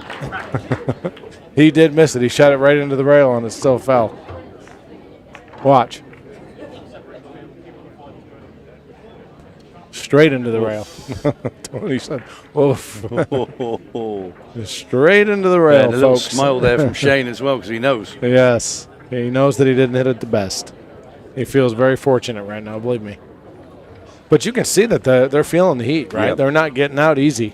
Every out is now becoming a tough one. So what can Rodney Morris produce now from his break? Well, he needs to win this game. You know, that last game that he didn't get out is probably still on his mind a little bit. So he definitely needs to win this game. This is a huge game for Rodney. 12 racks to 9. Rack 22. 12 to 9 in favor of Shane Thompson. Yeah, see, those didn't break well. They came out dead, just like Rodney was saying. See, there's no balls up at the top of the table. No. So they're not breaking well for him.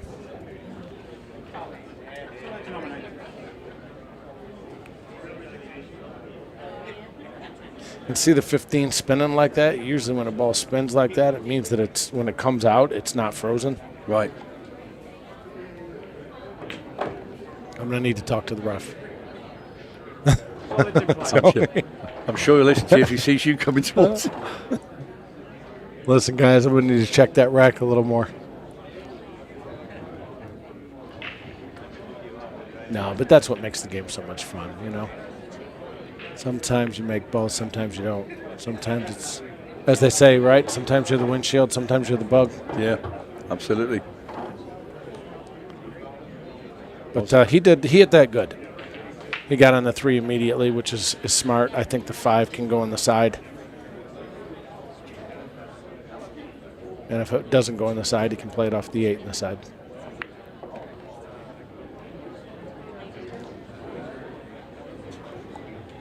That was a little scary there, Tony. I stopped talking for a second. I did as well. I thought he was going to hook himself. Yeah, these guys are they're struggling right now.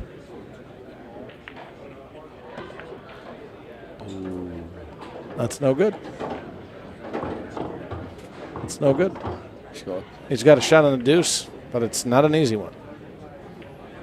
One thing with it is it naturally comes back for the 6. It does. He does make it. That's the only thing. He doesn't have to worry too much of the cue balls. Just make sure of the pot. Yeah, but it's not the easiest shot in the world, you know, and this is a huge game. So narrow into these side pockets, they're easily missed.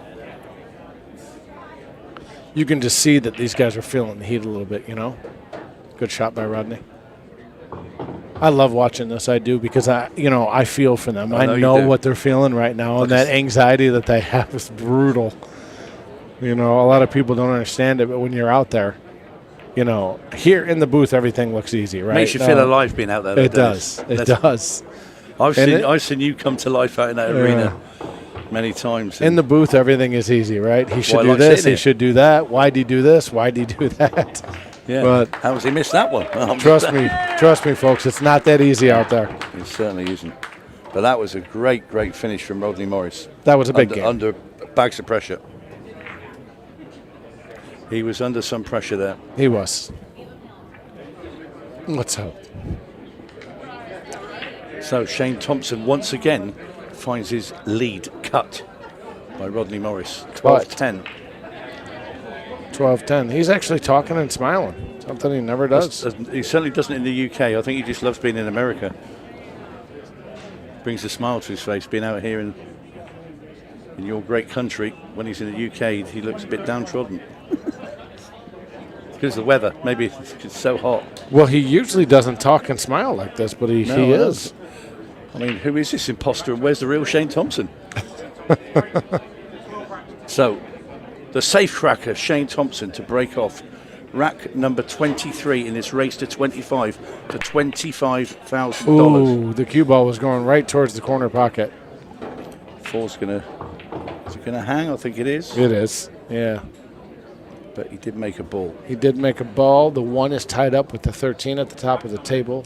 But what's your choice here, Dennis? Because it looks to be plenty of work here. Well, I mean, you probably want to take stripes just because the 11 and the 12 are right there to try and break the 13 out, right? So, whoa.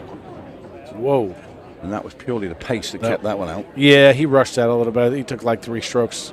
2, 3, 4, 5. Well, he took quite a few strokes. But 7. that acceleration at the end is what got him. Now, Rodney needs to try to do the same thing, right? You want to try to take stripes here because you can break the 13 out with the 11. If you take solids, you have no breakout ball for the 1 other than the 5. That's exactly what he's done. And he's left himself an angle here. Yeah, this is not easy either, because if you go into this ball and you don't get a shot on the 13, now you have to shoot a tough shot down table. He should follow and go into the 1. I like following that and trying to hit the 1 and moving the 1 out of the way and shooting the 13 on the right side, the other side. But either way, he landed pretty good. He's okay here. I think you want to get rid of that 10 ball fairly quickly, or does he leave it till the end because it's nearest to the 8? He's going to have to come back upstairs for that 13. He is. I would want to get the 10 quick, in my opinion. I wouldn't want to shoot the 10 last, right? It only goes over here unless you try to get behind it and shoot it up table, which you can do. But as he shoots these balls off, it's getting tougher and tougher. He landed a little funny here on the 9. If he can now, he's going to shoot the 14 in the corner, lower right corner, draw back for the 13, and then he's going to try to get below the 10, I guess. Yeah. Yeah, I see where I'd definitely draw back here for the 13. Yeah, so over to the left rail. So what you're saying, Dave, you want to get behind the 10 with a slightly stand to the top left and played both the last 2 balls. Yeah, top he left can either corner. get behind the 10 or he can try to go into the 8 here, right? And if he doesn't hit the 8, he just shoots the 10 over here in the corner. But the last thing you want to do here is get behind the 8. You want to come straight down the table here. So, he elected to go 2 rails and settle for the shot. Great shot, Rodney. Nice. Good thinking there, because that's smart. It takes that out of the equation completely, getting behind the 8. Now where's the 8 going? So now he's either got to go into Same balls pocket. or slow roll this and shoot the 8 in the side past the 3. Same pocket. Got in the corner. Nice out, Rock. Well, once again, Rodney Morris showing his strength from behind. 12-11. And Rodney breaking next. It's really tough on the monitor to tell the angles that they have. Like when he shot the 10 there, it looked like he had way more angle. It looked like he was kind of going to go to the bottom rail and then into the 7. And it wasn't even close. But, yeah, I mean, they're getting out. Well, I looked at a side angle earlier when I was sat here with Johnny Archer, and you showed both players. They were both laughing and joking. Neither are now. No. And Shane Thompson just took a huge deep breath. Yeah. I mean, you can see. It doesn't take long for a smile to disappear, does it? It just takes a rack of pool balls, and that's it done. It's gone. One rack, one move, and it goes from smiles to misery. And you can see, Shane always kind of has that look on his face, but you can definitely see that there is some pressure and anxiety creeping. One's annoyed, the other one's focused Yes. for the moment, and this is the man that's focused coming up to break. Rack 24. He broke him perfect. I mean, that was textbook. Parked the cue ball right in the dead center of the table. Take stripes here. Yep, he announced it immediately. Yeah, that's certainly a better break. Yeah, he broke him perfect. He announced stripes immediately. He announced it pretty quickly.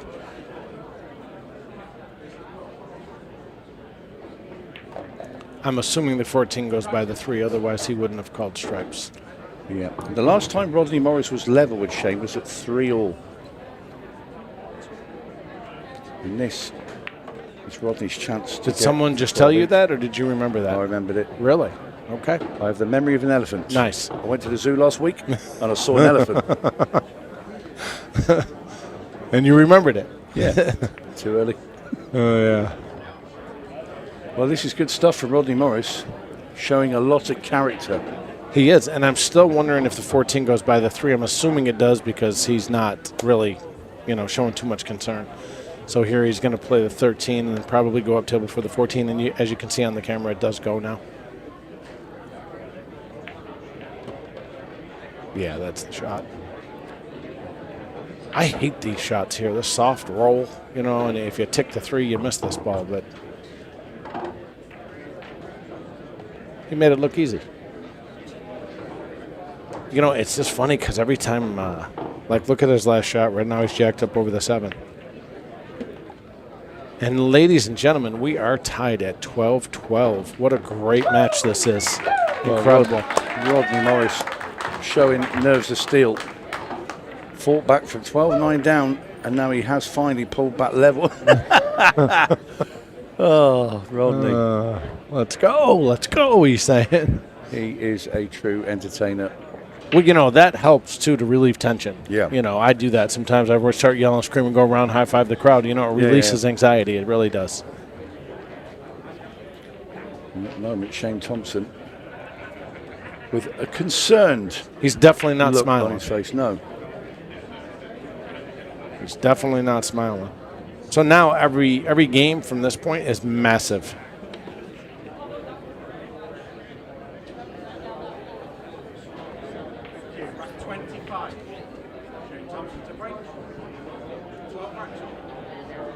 $12-12, Shane to break the balls. Head-on break. This is a huge game.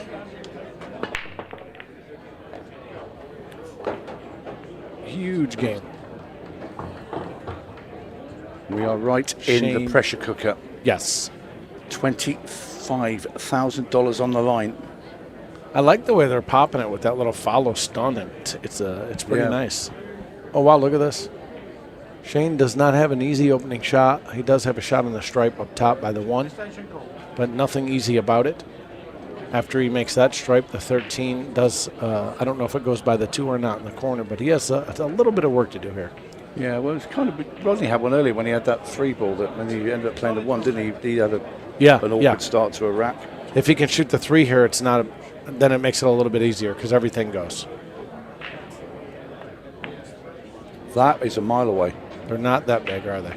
Well, I think somebody has just got. He got very fortunate. nervous. He got indeed. fortunate, though. He got very fortunate because the 2 and the 3 are a little funny now. I do believe that if you get real good on the 2, you can make the 2 and bump the 13 out of the way. I'll tell you now, Thompson's head's down right now. If Rodney can punish now, get in front because, you know, I don't want to say kick a man while he's down, but there's nothing easy about this. And right now he's going immediately into balls, so you know, it's this is not an easy out. But you know Rodney very well, and he'll sense now that Shane Thompson's on the ropes a bit here. Yes, but this is not an easy out by any means. He's got to get the 2 and the 3 out of danger up there, you know.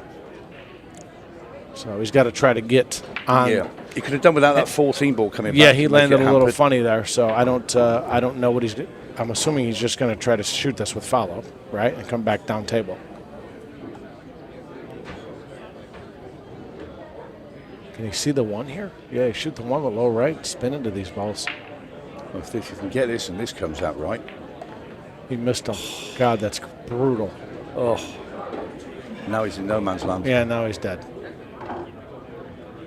Now he's dead. Now you might want to try to, just shoot the 7 and freeze him on the 15 if you can. But yeah, he hit that too good, actually.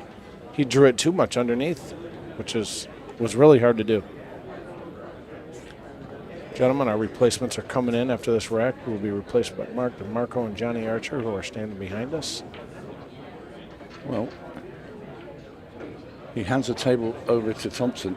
Yeah, I think he was trying to put him behind the 15 there. It didn't work out as well. The one thing is, he didn't have to do anything rash there because that 13's in a bit of trouble up there behind the 2 and the 3. So Thompson's got work to do.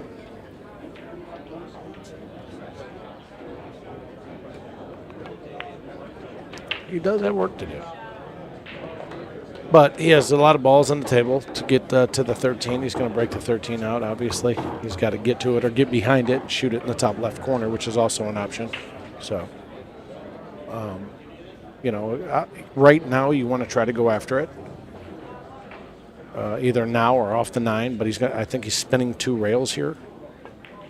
It's a fascinating match, though, isn't it, Dennis? It is. It is. It's a great match. I mean, two different styles And I think he got pretty good on the 9 here to maybe pinch draw it and play for the 13 next. Well, he's had a shake of the head there. He doesn't particularly like it for some reason, but he's looking at exactly that shot you just said. Yeah, I think he can pinch draw this soft and play the 13 next, and then what is this ball down here? Is that the 10 or the 12? That's the 12. The 12 ball, yeah. Pinch draw the 9 over for the 13, shoot the 13, go into the 7, and then shoot the 12 and the 10 last. Oh, and he's missed them. So they've done that once each now. I thought he would just pinch draw. You thought he'd just get onto the ball. Well, he's tried to move it, and he's done what well, from the other side of what Rodney did when he tried to move me to come around the other side. So they've both tried to go into that cluster, and they've both failed. But I think he has another chance here, believe it or not. He got fortunate here to shoot the 10 on the side with high right English and come 2 rails from the back and break the 2-3 out. This match is getting to the point where wow, these guys are making me nervous. He's looking at it again. He's going to try and get on it, and he which got, you suggested the first time around. He got really good on the 10 here. I think that he gets out from here now. But man, that was rough. That was rough. Well, what a fascinating watch this match is. Race to $25,000 to $25,000. We're locked at 12 each, but Thompson to once again try and get back in front. He makes a 13. He's got the 8 into the side pocket. This to just have 13-12 lead. We're halfway home, folks. And in goes the 8. Shane Thompson back in front. We're going to hand over now to Mike DeMarco and Johnny Archer. Don't go away. This match is incredible.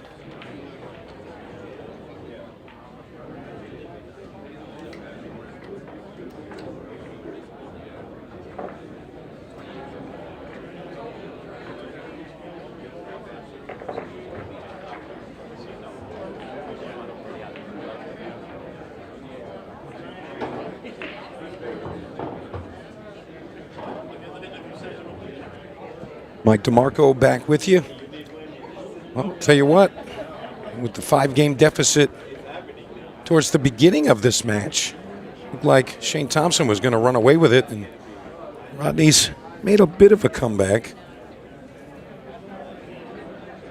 And currently right now, Rodney kind of on standby, waiting his rack. It's only a 1-rack game here. And Rodney is breaking, so a chance to tie it up at 13 games apiece. And joining me, Scorpion, Johnny Archer. What's going on there, Mr. Ship to Cash, Mike? You the man. Right. That's Mr. Ship to Cash, Mike. Capital S. Capital S. Yes, sir. Only one ship to cash, and that's you. That's right. Well, I'll tell you what, Johnny, this match has been, kind of favoring Shane the most part through, but Rodney has not given up a little. It's not. If you think for 1 second, I roomed with Rodney for 20 years. If you think for 1 second that he's ever going to give up at any point of the match, you're sadly mistaken. And I mean, this is what I was saying before when I was in here with Tony. I said, over a long haul, Rodney's patterns are going to be better. They just are, because in 8-ball, in American 8-ball, we play position 4 to balls when they're on the rail because the pockets are real big. In the English 8-ball, they don't. The pockets, they won't accept it hardly. So they play so they don't recognize certain shots. So our pockets are smaller from out in the center. So that's 2 totally different patterns. And over a long haul, I said it's going to be hard for Shane. I mean, with Shane such a great player, we'll just see what happens. But, anyway, it's anxious to see. Rodney's he's got to do something with that 2. 2 doesn't pass.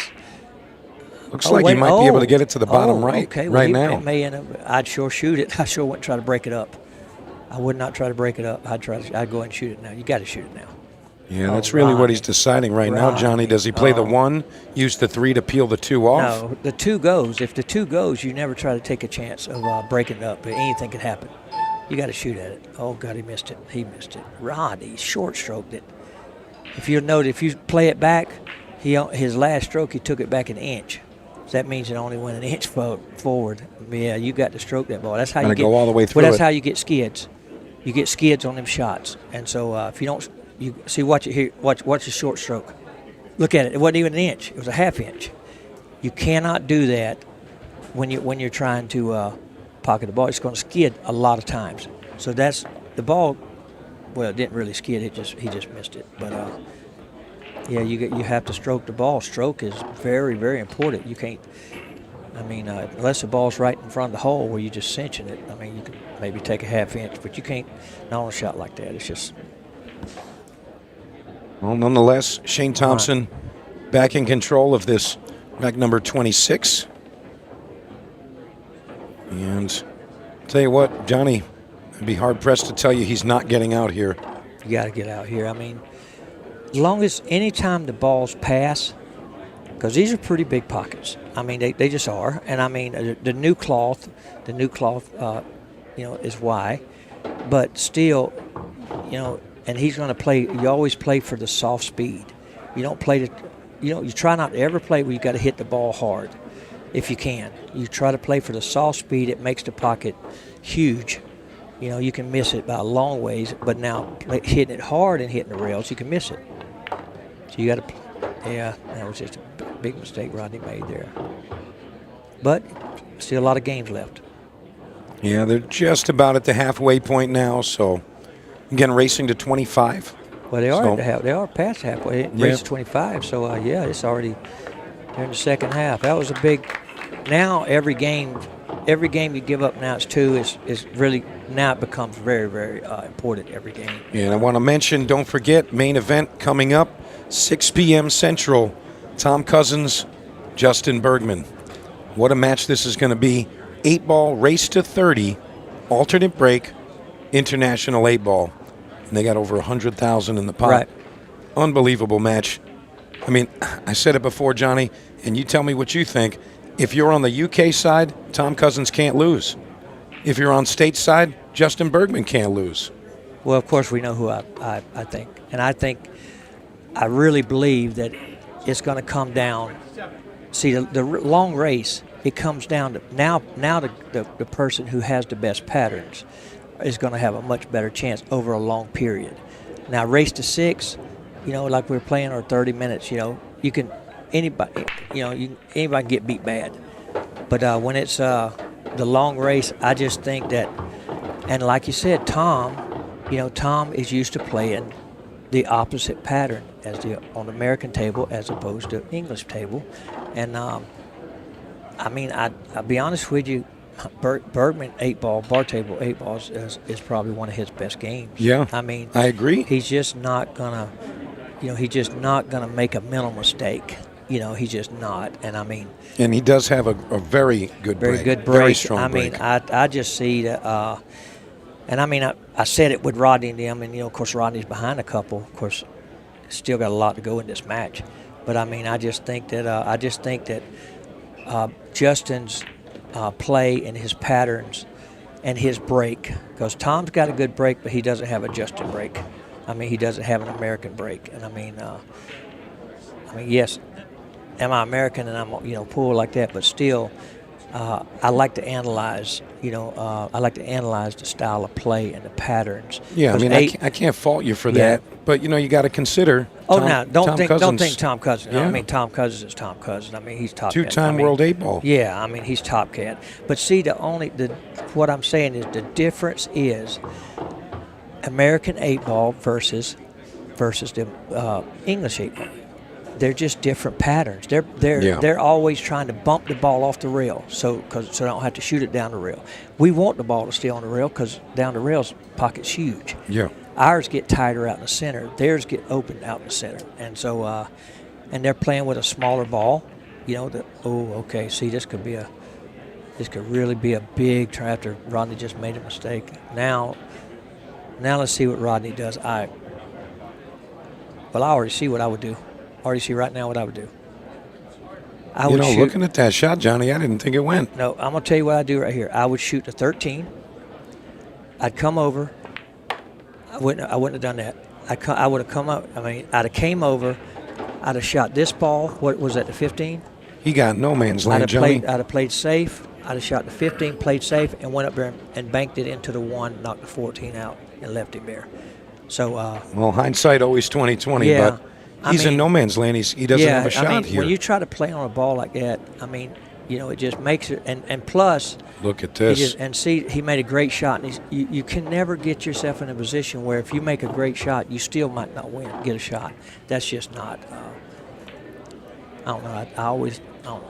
Maybe I try to think things a little bit too much. See what happened. That's just when he played on that ball in the middle. He just made a great recovery shot and then missed the open pot. Well, that wasn't easy, but still, yeah. I mean, still, them type of shots can be missed. I mean, there, no matter who's shooting it, I don't care who you are. Oh, fair enough. Yeah. But at this point in the match, you can't afford to do those things. No, can't do it. I just, if he would have got down, all he had to do was come off the rail, and he could have stopped behind the 14, banked the 15 over, and knock out the 14. I mean, some kind of way. Well, Shane Thompson definitely looking like he's going to put up another one, take a 3-game lead. Put us at 15-12. And, as we talked about throughout this match, Shane Thompson, very, very consistent. He is. Well, I mean, the guys, the English players, they're not going to miss any balls. They're gonna make. I mean, they may make mistakes and hook themselves, or they make something like that. But as far as just an open, pocket, there's no way they're going to miss the balls. And Top Cat, he's probably, well, like I said, he's the best at it over there. So if they get into an open shootout, Top Cat and Bergman, if they just get into an open shootout, I don't know if Bergman will win that. But, right, Tom doesn't miss many putts. No, he ain't, but now. And neither does Justin, But 8 ball's different. It's not 9 ball. Yeah. It's 8 ball, so you really have to play really, really good patterns. And now it'd be the same if these guys went over and played them on the 8 foot. I mean, on the English table, they have no chance. Like Bergman, I mean, I just don't see it happening. I mean, they're. Because I've been watching them guys, and man, that's unbelievable to watch how they ticky balls out and all that stuff. Okay, here comes Rodney. Come on, Rodney, you gotta stay in there, my man. Right, rack 18. Okay. All right. I mean, not the greatest of layouts, but he's got a chance to run it here. The stripe layout is good, but I don't know if he's got a shot on the stripes. See, the 3 doesn't pass. So as you're looking at, as soon as I break the balls, I always look to see what balls, don't pass. Well, the only ball on the whole table that doesn't pass is the 3 ball. I think I'd be looking at the 12 here, Johnny. Well, he's got to shoot. I mean, got to go with a stripe. If he's got a chance to make a stripe, he's got to go for the stripe. Yeah, it looks like he's got a clear line to the 12. Just no, spot it there. He doesn't. I don't think he does. Oh no, he does. You're right. I don't think he recognized that. I would. I don't know. I sure wouldn't have took the. Tell you what, though, Johnny, to be fair, it looks like the 3 ball might squeak by that 13. If you had ball in hand, maybe, and you can play it like really right off the rail, real soft, maybe. But I mean, I think he's going to have to go into it.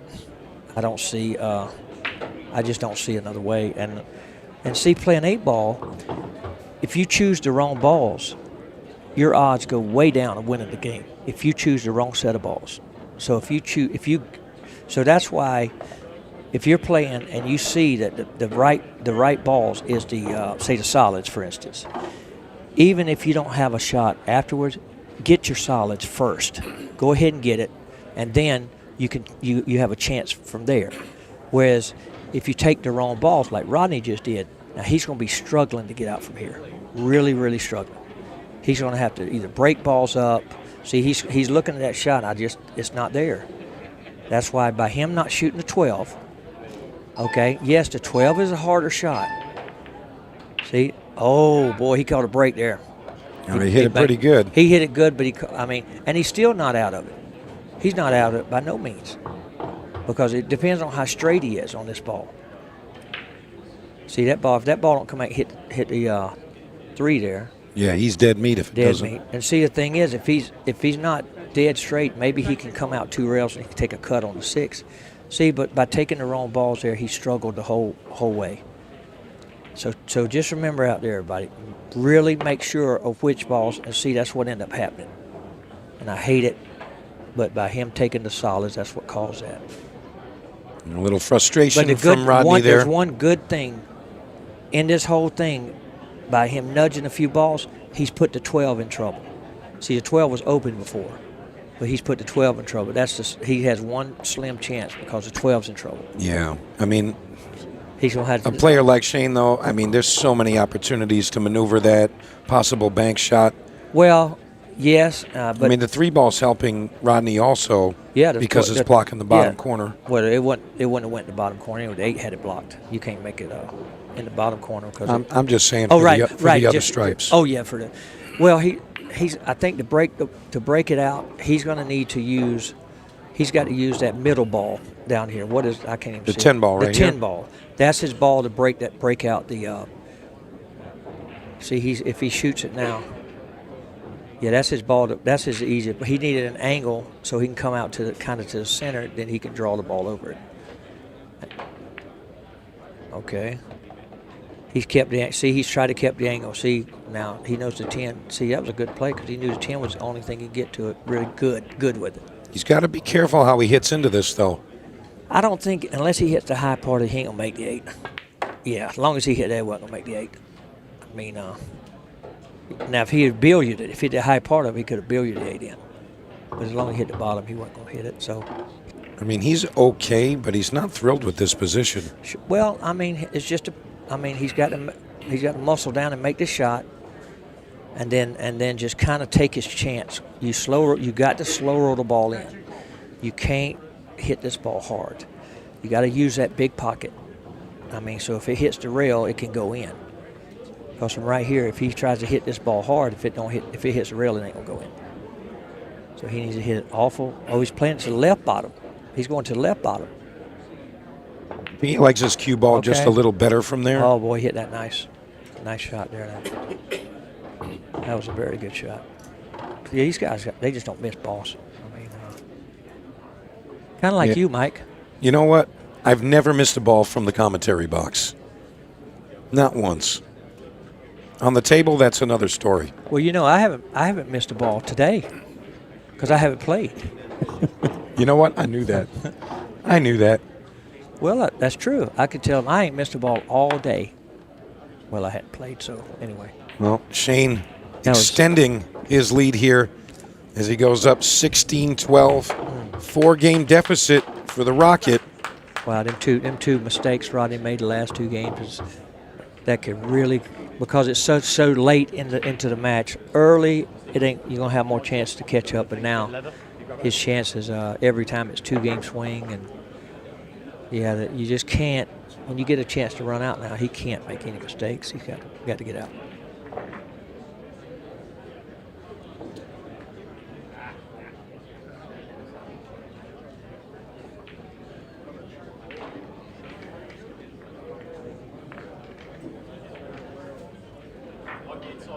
So I know everybody wants to do it. Well, Shane going to be back in the lead, 4-game deficit to the Rocket, and looks like he's got something on his mind.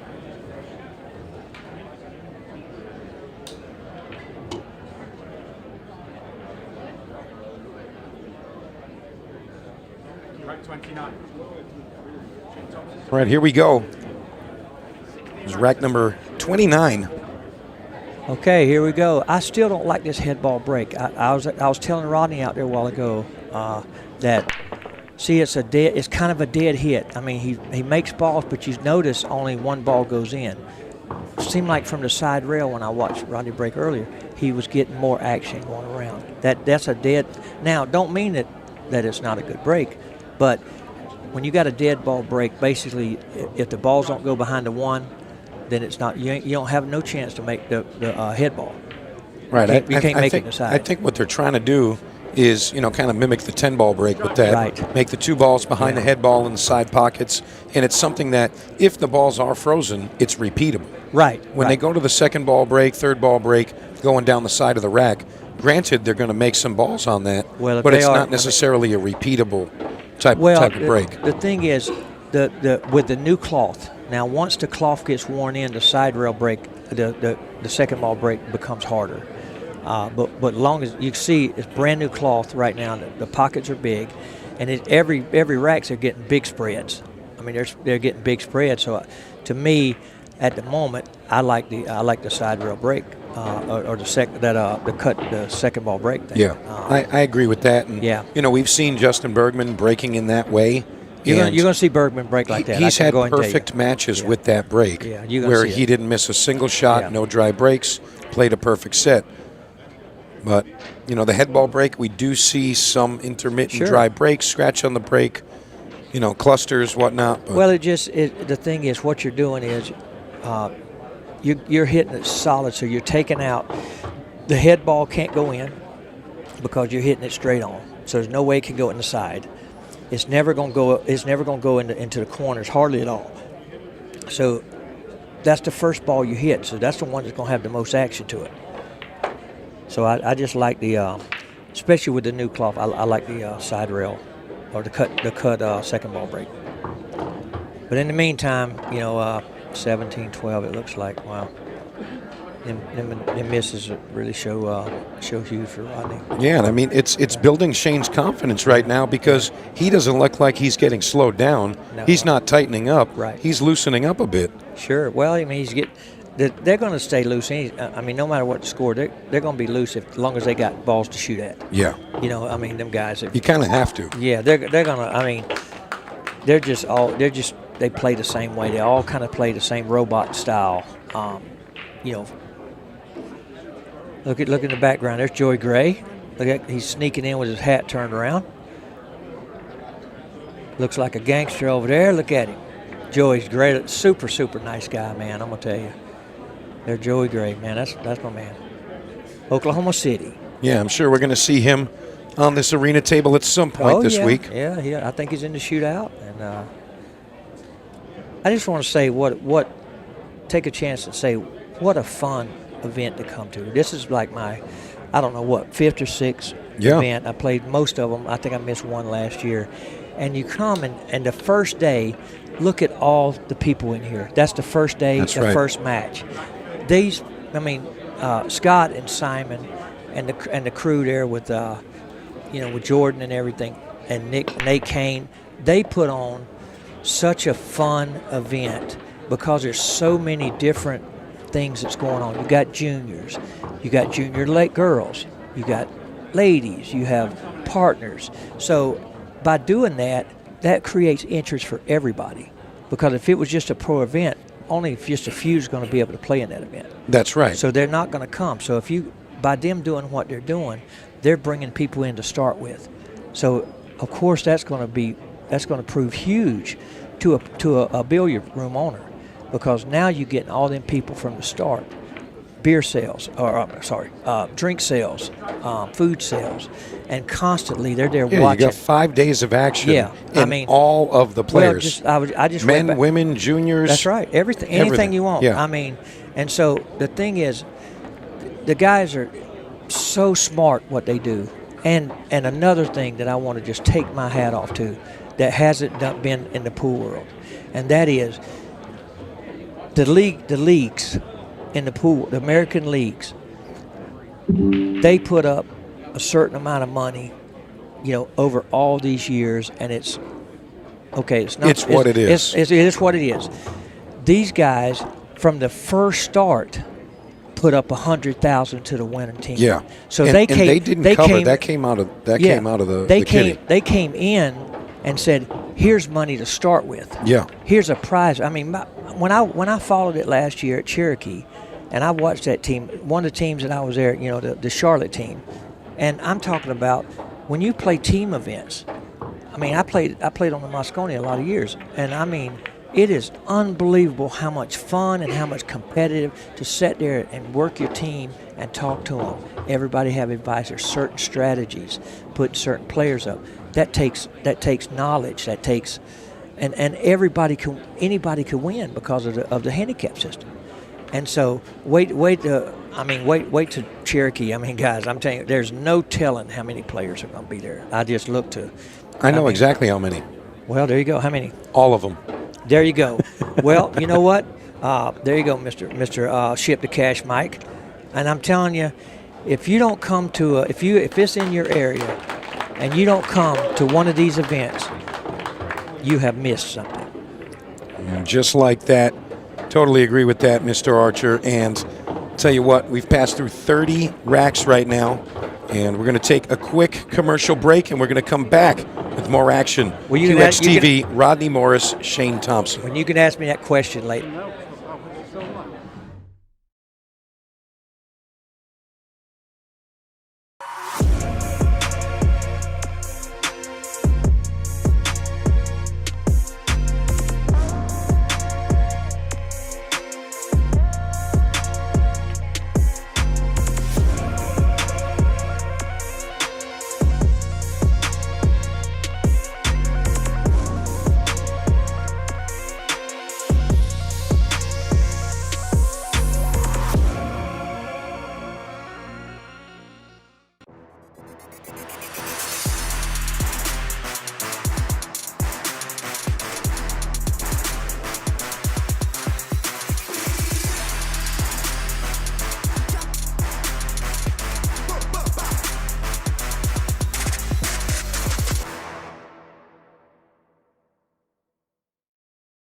Hey, we're back.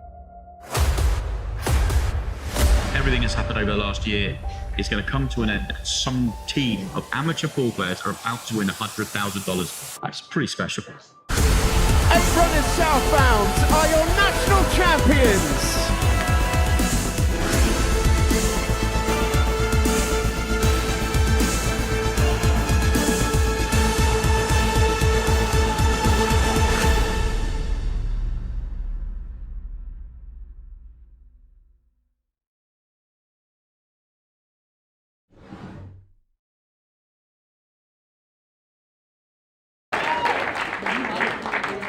All right, we're back here, Side Pockets, Blue Springs, Missouri.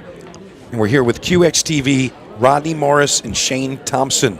Going at it right now. We've had 30 racks of action. And so far, Mr. Shane Thompson, the safecracker, coming out ahead so far. Rodney Morris still making a game of it. But he's made some unforced errors throughout the match, especially in some of these late situations. You see Rodney under-hitting this one here, falling shy of 8-ball position. Huge, huge change to the momentum of this match. Just barely not getting it to go. No, it went. Oh, he made it. Oh, I'm sorry, he did make this one. Okay, let's see what happens. Okay, kiss that ball. Okay, he's okay here. Yeah, So maybe they're showing where he runs. Yeah, these are the outs. Okay. I think I missed a couple of these early on, but, you know, Rodney did make it back. He was within one for a couple of games there. So this is him coming back. Okay, he got real close. Like what he got within one of Shane. Okay, here you go here. Very difficult shot here. And these are the ones he well, now really that shot there could be missed at all day. I mean, he didn't really have a ton of options there. Shane Thompson coming back to it, and he makes an error, I believe, too, where he blocks himself on the 6. Boy, this is big. Yeah, you don't usually see a back and forth, but you see Rodney trying to move those stripes. Okay. And I remember Dennis commenting that he would have liked to see him just play the open combination. Sure, that's what he should have played. But Shane came with a great shot here on the 6, cleaned up and won the game. We see here again, Shane firing this ball to the side, doesn't get it to fall. But, you know, you don't normally see a back and forth like that. So evidently Rodney didn't run out there, okay, because Shane came back to the table. Yeah, you have to, I mean, especially Rodney. I mean, Rodney's in a situation where he can't make a mistake. He's behind, so he has to get out every time. Because every one game that Shane wins, you know, Rodney's got to win 3 or 4, whatever it is, to catch up, you know, from here. Yeah, the alternate break format really, really tough. And I want to remind everyone. Here's another miss. I want to remind everyone, make sure, like, share, and subscribe CueXTV YouTube. That's where all the action's going to be. You're going to see more matches just like this. And don't forget, tonight, main event, 6 p.m. Central Time, you're going to see Tom Cousins and Justin Bergman. $100,000 match, race to 30. You do not want to miss this. Honestly, I can't call it. I think it could be a double hill 29-30 type of match. Wow. But with all that cash on the line, alternate break, I can't call it. Two of the best to ever do it. And again, CueXTV.com is where you can purchase your pay-per-view pass. Everybody needs to go to CueXTV. And I'm telling you right now, you're going to get access to things and access to pool that nobody has. So go there. It's special, and you can see they're putting their money where their mouth is. You know, that's right. And that's a big thing in pool. All right, we're going to be right back with the conclusion of Shane Thompson, Rodney Morris, right here on CueXTV. We'll be right back.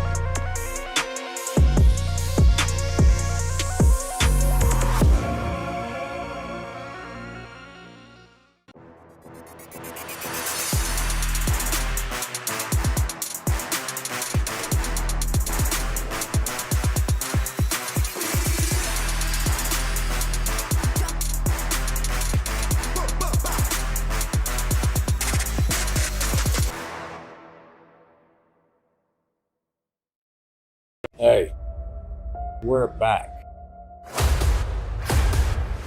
Everything that's happened over the last year is going to come to an end. Some team of amateur pool players are about to win $100,000. That's pretty special.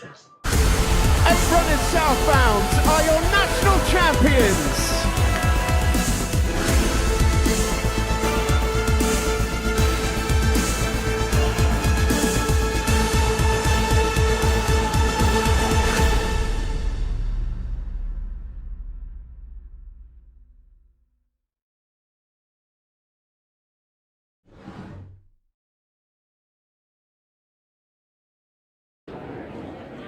And a very warm welcome back to Side Pockets Blue Springs here in Kansas City, Missouri. $25,000 on the line. Shane Thompson there has a decent lead against Rodney Morris. A race of 25, 17-13. Shane Thompson leads. Tony Holgate and Dennis Hatch here with you. Hello again. Rodney needs some love, but he didn't get it. Even Shane just waved at him to say, apologize for. Well, when we left, it was 13-12, and he just got back to 12 each of Rodney, and then Shane's just sort of the momentum swung in his favour. I don't get the wave. Shane made a ball on the break. He looked at Rodney and said, sorry. No, that happens a lot in the UK. I don't. Also, point in the apology. You're trying to make a ball off the break, aren't you? I can understand it's a big slop. No matter how it goes in, right? Yeah. But the Shane has a 4-game lead, getting close to the home plate. So he is probably real comfortable right about now. I don't, when you get a 4 or 5 game lead, it's when the back of your mind you can think you can afford a mistake here and there. It's just comforting, your arm's not as tight, because you got a big lead, 4 or 5 games. Plus, he only needs 8 from here. And Rodney's just desperate to get to the table. Yeah, Rodney's, it's not, nothing has really, in my opinion, went his way. He's broke dry a few times. He's scratched on the break. He's had some chances to get out where he didn't get out.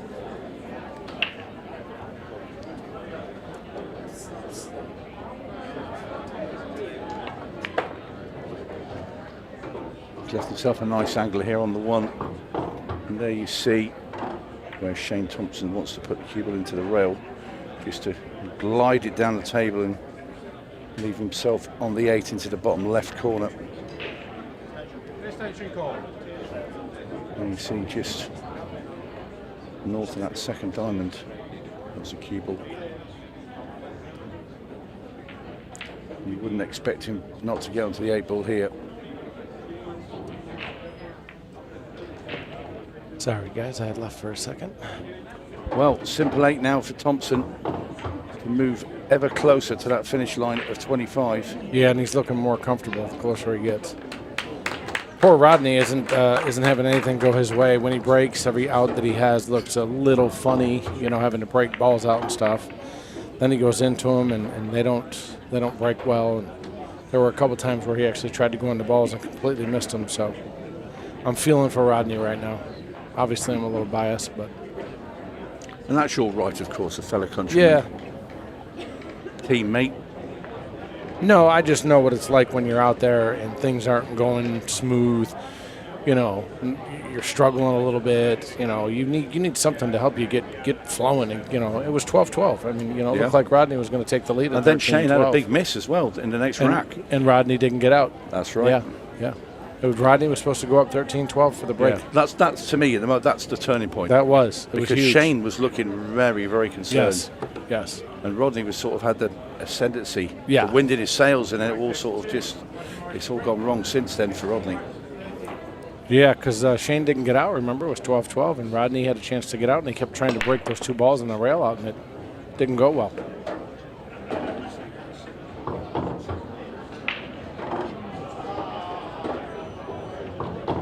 And again here, obviously the 5 goes. I don't know if the 6 goes or not, but if the 6 doesn't go, it is a little tricky. But I think he would elect to take solids here. And everything looks pretty good. Yeah, these are must-win frames of racks, shall I say, for Rodney. He has to win every game from here. If he doesn't get out, then obviously it puts him in a real tough situation. That was a good shot. Yeah, he's in very good shape here. 6 goes. But we all know Rodney's a fighter. He is. All he needs is one break. One dry break, one scratch on the break. Shane miss a ball. The next thing you know, it's 18-16, and we have a match.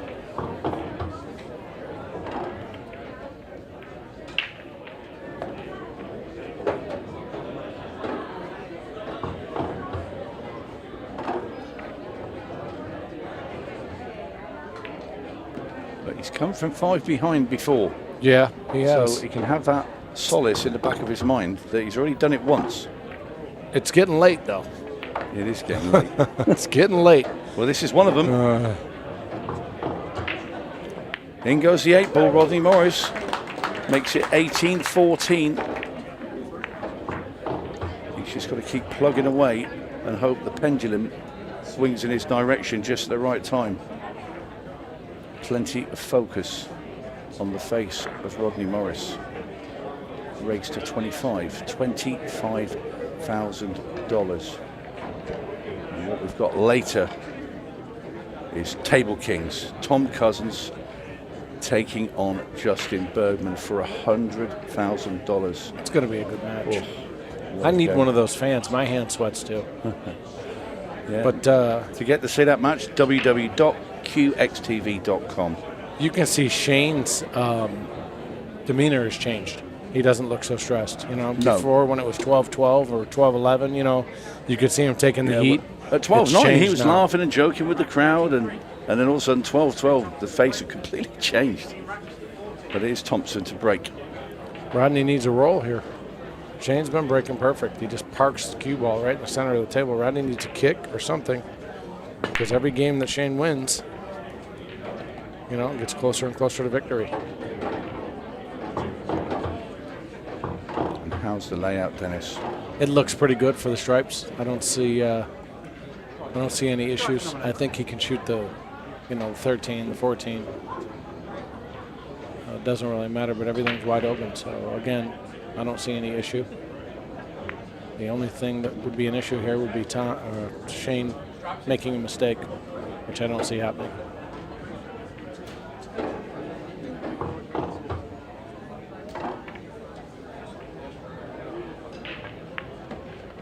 Nice little pinch draw.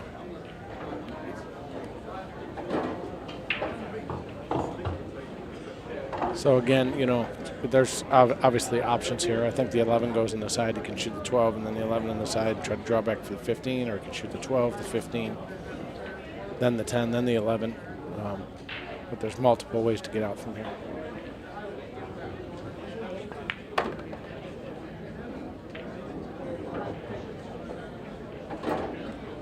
Yeah, he's just going to roll this in, roll up for the 10, shoot the 10, go off the rail, and come out for the 11. I don't see anything stopping him from getting out here.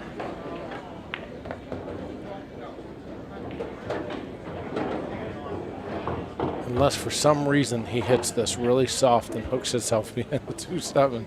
Yeah, he's got a lot of room to land in. Yeah, he's got an airport over there.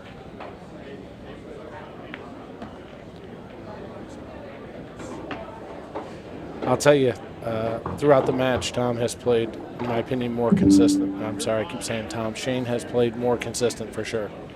I think he's only made a few mistakes. Yeah. Rodney's made, a handful. He's broken dry a few times. He scratched on the break. He hooked himself on the 8. And then there were a couple games where he tried to go into balls and didn't break them out. If the tides were turned and things went Rodney's way, it would probably be Rodney winning. But they didn't go his way. 19-14, another 5-game lead. Shane 6 games away from victory. Yeah, with that victory will come $25,000.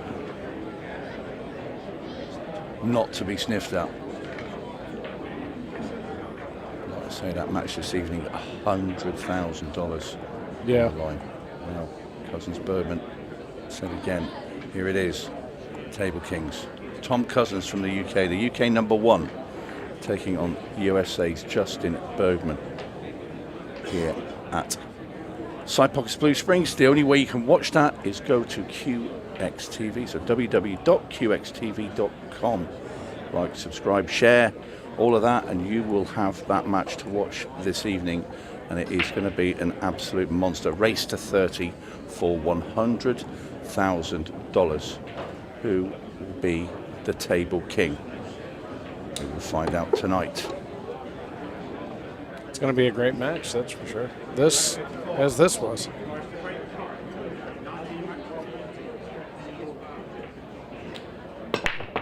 Morris breaks, needs a ball. We are now in. Did not get a ball. We're in the emergency. Did he? Oh, he did, yes. No, he didn't. He did not. It's all the warning lights are on now. And he's broken dry. Yeah, I think that Rodney is really frustrated with the whole situation. I don't think that he's happy at the moment. Of course, that feeds over to the other side of the arena as well. Shane looking more and more comfortable. Yes. With every ball. And once again, Dennis, you can't see any way that Shane's going to fail here. No, I don't see anything stopping him from getting out here. I mean, everything is wide open. Everything sits pretty sweet. 3-1-6. I mean, it's just, everything sits nice here, you know.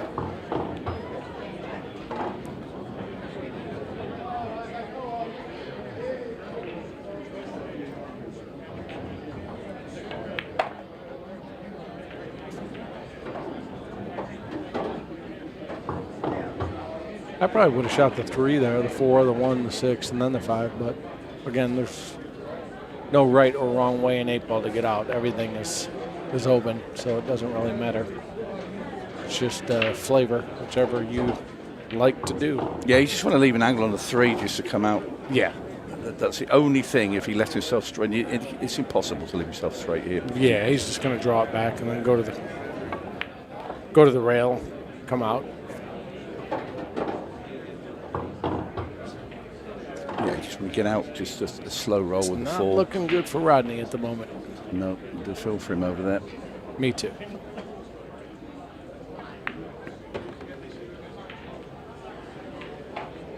Because, obviously it was 12-12, and he had a chance to win that game to go up 13-12 and breaking after the break. Yeah. And ever since then, it's been nothing but downhill for him. Yeah, that's been the big turning point in the whole affair. Yes. Unless something unexpected happens, but at the moment Thompson is cruising towards the line. Yeah. The only thing that can happen here is that, Shane breaks dry or scratches on the break. Rodney runs out. It's still a 4-game deficit if that happens. And then he would need another miracle for Shane to either scratch in the break or break dry or make a mistake. But I think the fat lady is starting to whisper. Yep, I agree. She's starting to tune up. Thompson 20. You never know, Morris though. 14. I've seen crazier things happen. Oh, absolutely. We know how quick it can turn. And it can, yeah. One mistake and your face turns red. Yeah.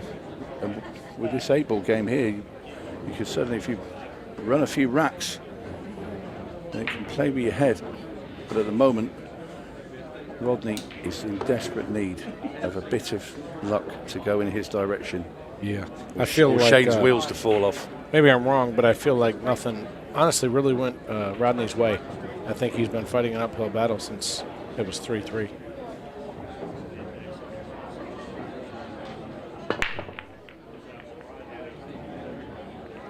Last ball.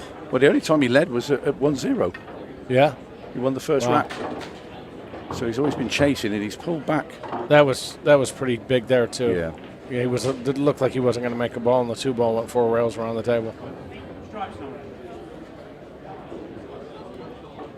And it is a runnable rack. I mean,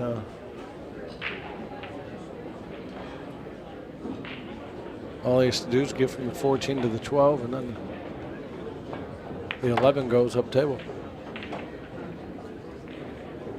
That was a nice nudge. Yeah. Well, he figured to come into those with speed. You know, he didn't. There's no way he's not getting a shot from there. There's too many balls in the middle of the table.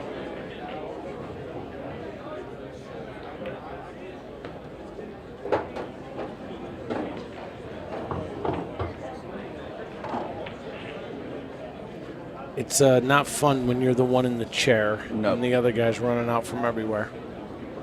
I feel for Rodney right now. It's not a great situation to be in. On the other hand, Shane is playing well.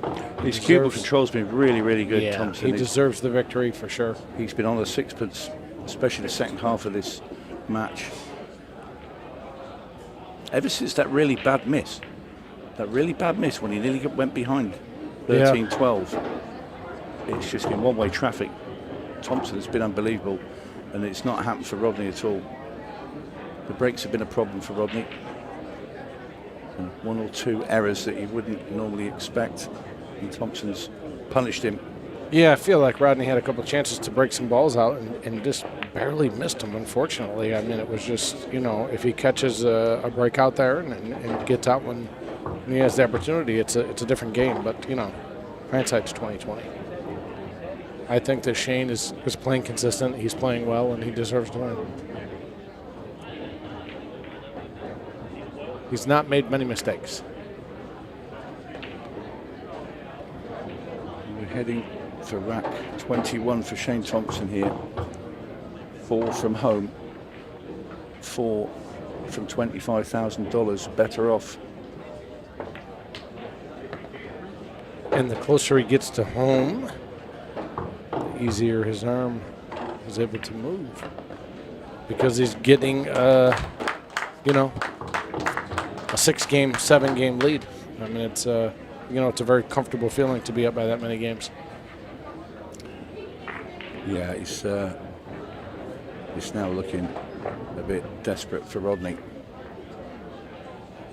but he won't give in. Not until the final 8 ball has disappeared. It's not in his nature. Many years of experience at the highest level of the game. But when it doesn't go your way, especially in the break-off, you're fighting a very hard battle indeed, especially when you're playing a player that's playing as well as Shane is now in this match. Yeah, it's very defeating. At this point, all you're trying to do is keep the match close and respectable, and you know, I think Rodney knows the writing's on the wall. But again, you know, stranger things do happen. He needs to put a run together now. He needs like 3 or 4. Yeah, if he can win even 2 or 3, I mean, you know, you got to start somewhere, right? Yeah, exactly, yeah. Well, how are the stripes looking? They look okay. I don't think you want the solids, that's for sure. No, not with the 7 sitting there. Absolutely not.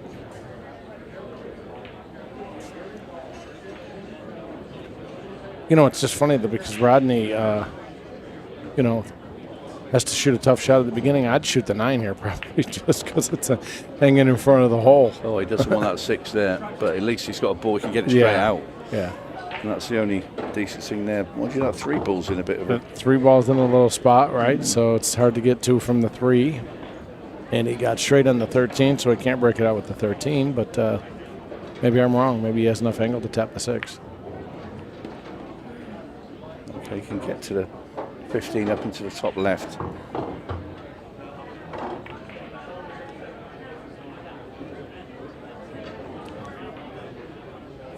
But it's still tricky because he's got a funny angle here.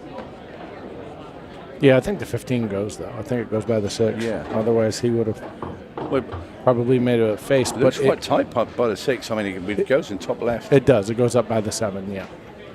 And I think he's okay because he can shoot a 9 into the side and leave himself straight on the 14 and run down. And come to the backside of it. But then you've got to get enough so you can come back up because you've got to get past the 7. Right.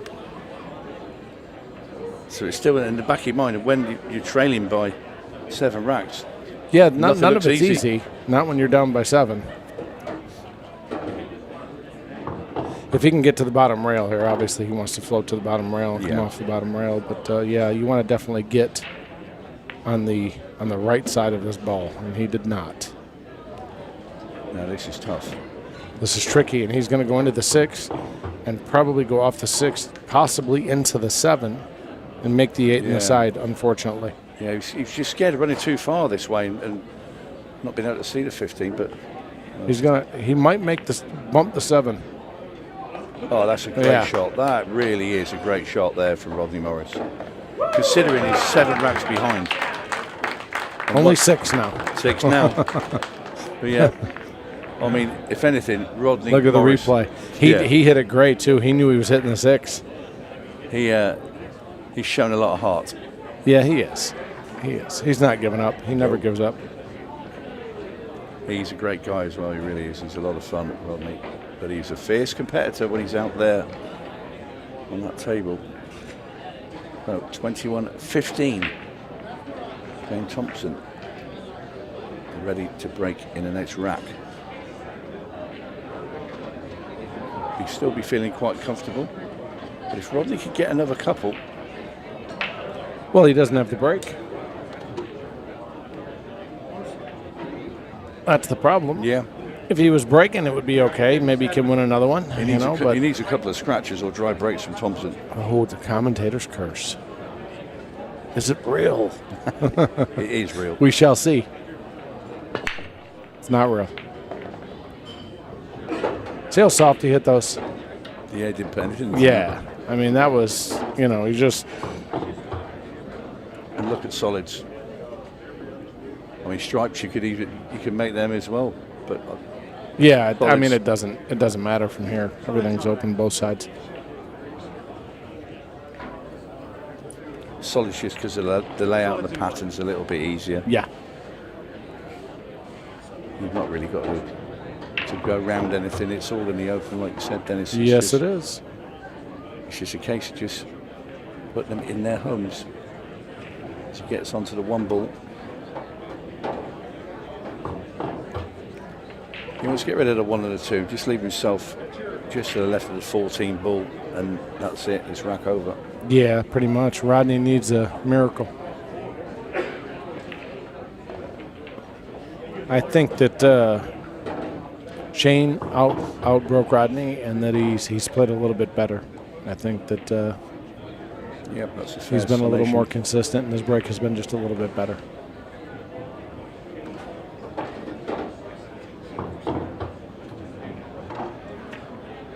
So slightly further left of the 14, I thought he would, but it's okay. Yeah, he slid over to the other side. That's exactly what he's done, and he has an angle. You just run this into the rail, cue ball back out. The great thing that him and both Tom Cousins do is just roll the ball. I mean, they play everything so soft and smooth. They never really hit anything too hard. It's just a smooth, stroke. I mean, they play great. Yeah, it's just the simplest route. In goes the 8. And I do believe that the Tom Cousins and Justin Bergman match is going to be a lot closer than people think. I think that Tom breaks the balls better than Justin does. That's my opinion. I think that they both have a great cue ball. Yep. So I think the only difference... With Justin, it's manipulation of the cue ball and some of the spin he puts on it. Yeah. And he has a very vast array of clever little shots where He does. Of like playing a little cannon into a ball, and it's all deliberate and just yeah. You look at it, the table, and the table could be like, you think, well, that's a bit scruffy, and then he'll play 1 or 2, you think, wow, that's really clever. He's such a clever player, Justin. But it's going to be a fascinating watch. Yeah, I think it's going to be, a close match. It's going to be great no matter what. But I do believe that Tom is very capable of beating Justin. Yeah. I think it all comes down to the break, as it did in this match. I think Shane has broken better than Rodney has, and I think it's going to be the same in the next match. Yeah. They're both great players. They both have great cue ball control. They both have great patterns. So to me, it's the break. And don't forget, the only way you can watch that tonight, Tom Cousins, Justin Bergman, www.cuextv.com. Like, share, subscribe. $19.99, and you will have that match to watch this evening. And it is not to be missed. Table Kings, who will be on top tonight.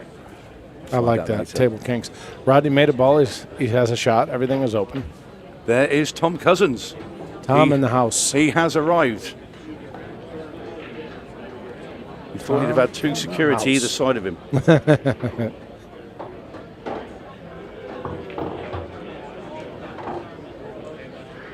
So Rodney Morris now needs, he doesn't need a miracle, he just needs a run of racks. He does. He needs a run of racks. He needs a few scratches or breaks from Shane. So at this point, he's just trying to just make it not look as bad as it is. You know, he wants to win as many games as he can. And I know, obviously, I'm American, I'm biased, right? But I do believe that Rodney has not had the best opportunities in some of the games that he's had to get out. He's had to break balls out. And it just, I felt like he was always going uphill. I felt like he never got going or got to flow. I just, every time he got to His the table. pants have been tougher, haven't they? I thought they have, yes. But this is going to be another one. He's still plugging away the rocket. 22-16 coming right up. Yeah. He really needs a break from Shane, right? He needs Shane to scratch or not make a ball. And then run his next rack. Right, it would be perfect. 2017, then he break and run out. 2018, it puts a little pressure on Shane, but not much. But it does put a little pressure on him. But without that break, you know, with Shane either making a mistake, scratching, or break dry, it's I think it's curtains for Rodney. And at the moment, Shane feels that, you know, if he makes a ball, he's going to run the rack as well. Yeah. And he looks like he's going to run the rack as well because he's looking like a machine down there. Yep. He's a great player. He really is. He certainly is. Has been the UK #1 before Tom Cousins. I might try to play him next. Why not? That would be a great game. Absolutely. We'd love to see the Hatchet Man out there. Yeah, I mean, why not, right? Absolutely. You don't have to convince me. I'm all for it. That'd be great. Well, the weakest part of my game is my break also, but I'm getting my knee replacement in November, so next year, hopefully I'll be a force to be reckoned with. No doubt you will be, Dennis. No doubt at all. You're playing great. Shane this season had a ball trickle in again, and the only option he has here is a solid. So he'll probably just shoot the 2 and draw right back into the 11 or the 13 if he can. Obviously, the 11 would be the one you want to hit, but just like that. And he's on the 6. Everything going good for Shane.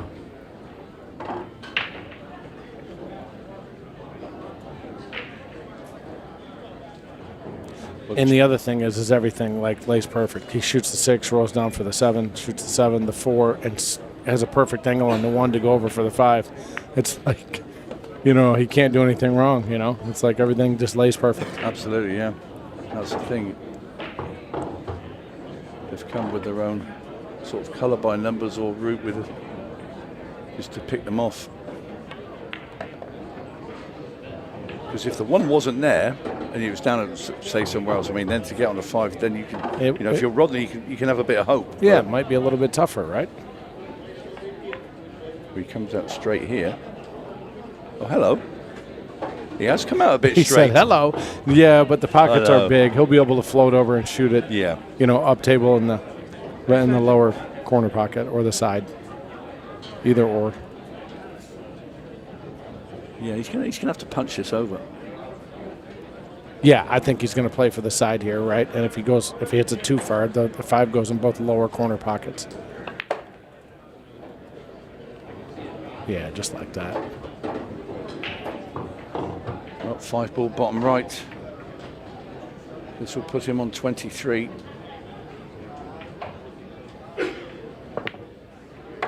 In it goes, and Shane Thompson's going to be 2 away from He winning feels $25,000. He's got a little pep in his step.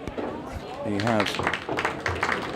23-16 to Shane Thompson now. Just I'll tell 2 you racks what, away. as good as he has played, it would be tough for anyone to beat him. I mean, the man has played absolutely solid. Yeah, you're right.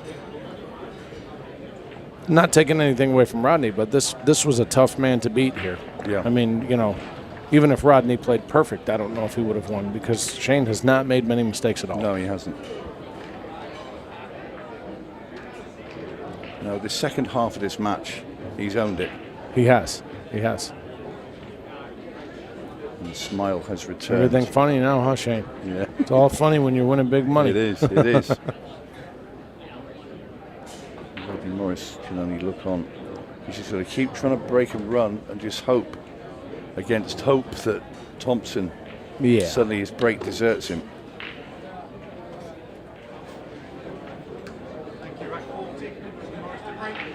I feel for Rodney. I've been in his shoes, you know, where you're just all you can do is sit there, you know, and just keep trying to win one game at a time.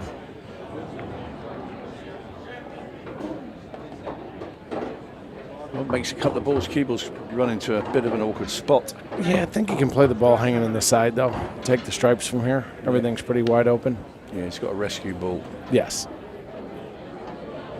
Do you come up to the table and play the the stripe ball? at the side? Yeah. Just wants to go a bit. Okay.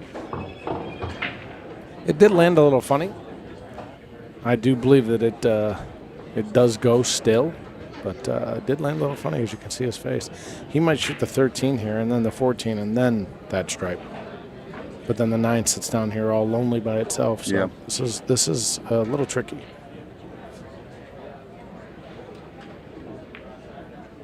Yeah, that was the smart shot. Just cinch it. Not do anything crazy.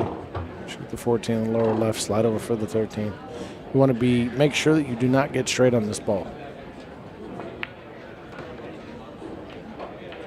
Good.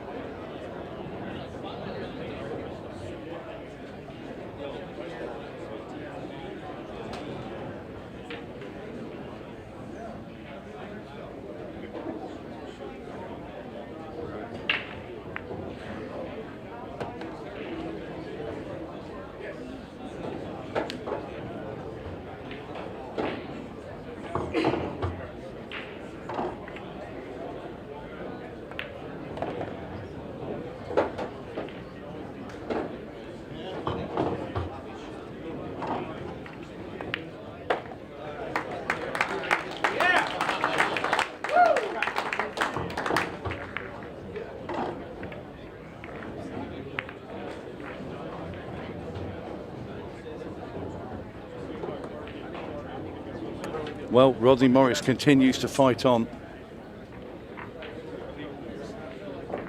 23. But Shane Thompson is on. Still only 2 away. Rodney's trying to fight. And Dennis Hatch has just gone out into the arena to catch the end of this game. And Mike DeMarco has come in to join me for the end of the match. Well, Tony, I got to say, it's been fireworks, especially on Shane Thompson's side. Been very, very consistent. It's kind of the theme of his game, as we've said many times, but he's just 2 games away from a victory here. Rodney's still needing quite a few. So 8-2 race. Don't really like Rodney's chances at this point, but hey, stranger things. Myself and Dennis were just discussing, you know, at 12-all we were sat in here, and Shane Thompson had a really bad miss. And there's an opportunity for Rodney to go 13-12 up, and he failed himself and played a bad shot. And ever since then, it's just gone in Shane Thompson's direction. Yeah. Breaks, the patterns, everything. And Thompson, to be fair to him and give him his credit, has played phenomenal ever since then. And nothing seems to have gone right for Rodney. But I mean, he's put up some fight. So I think he's broken run his last 3 racks as Rodney. But he needs something to go wrong for Thompson. And is this it? Spoke it into existence as something has gone wrong. But how wrong has it gone, Tony? I'll tell you after this shot. You know what? Play it safe. I like that. I like that for you, Tony. He wasn't brave enough to call it. That's a great shot from Thompson. Very nice recovery indeed. Look at the position. Perfect. Tell you what, Tony, this is our first time together this week. I know. Have you missed me? I have. Very much so. You lie so well. Now, I got to say, though, love what CueXTV is doing, putting action and professional production together, high-stakes matches. It's all just beautiful. The game of pool loves this, and I know that the fans across the world are loving it as well. But what about tonight? I mean, Table Kings. Honestly, I think that this match here is scaring some of the Bergman fans because they weren't familiar with Shane Thompson as much as Rodney Morris, and now they're seeing this performance. I think that some of that might carry over into Tom Cousins, Justin Bergman. You know, maybe they just get scared a little bit. Say, hey, maybe these UK guys are for real. They can play. I mean, you got a two-time world 8-ball champion taking on an action superstar in Justin Bergman.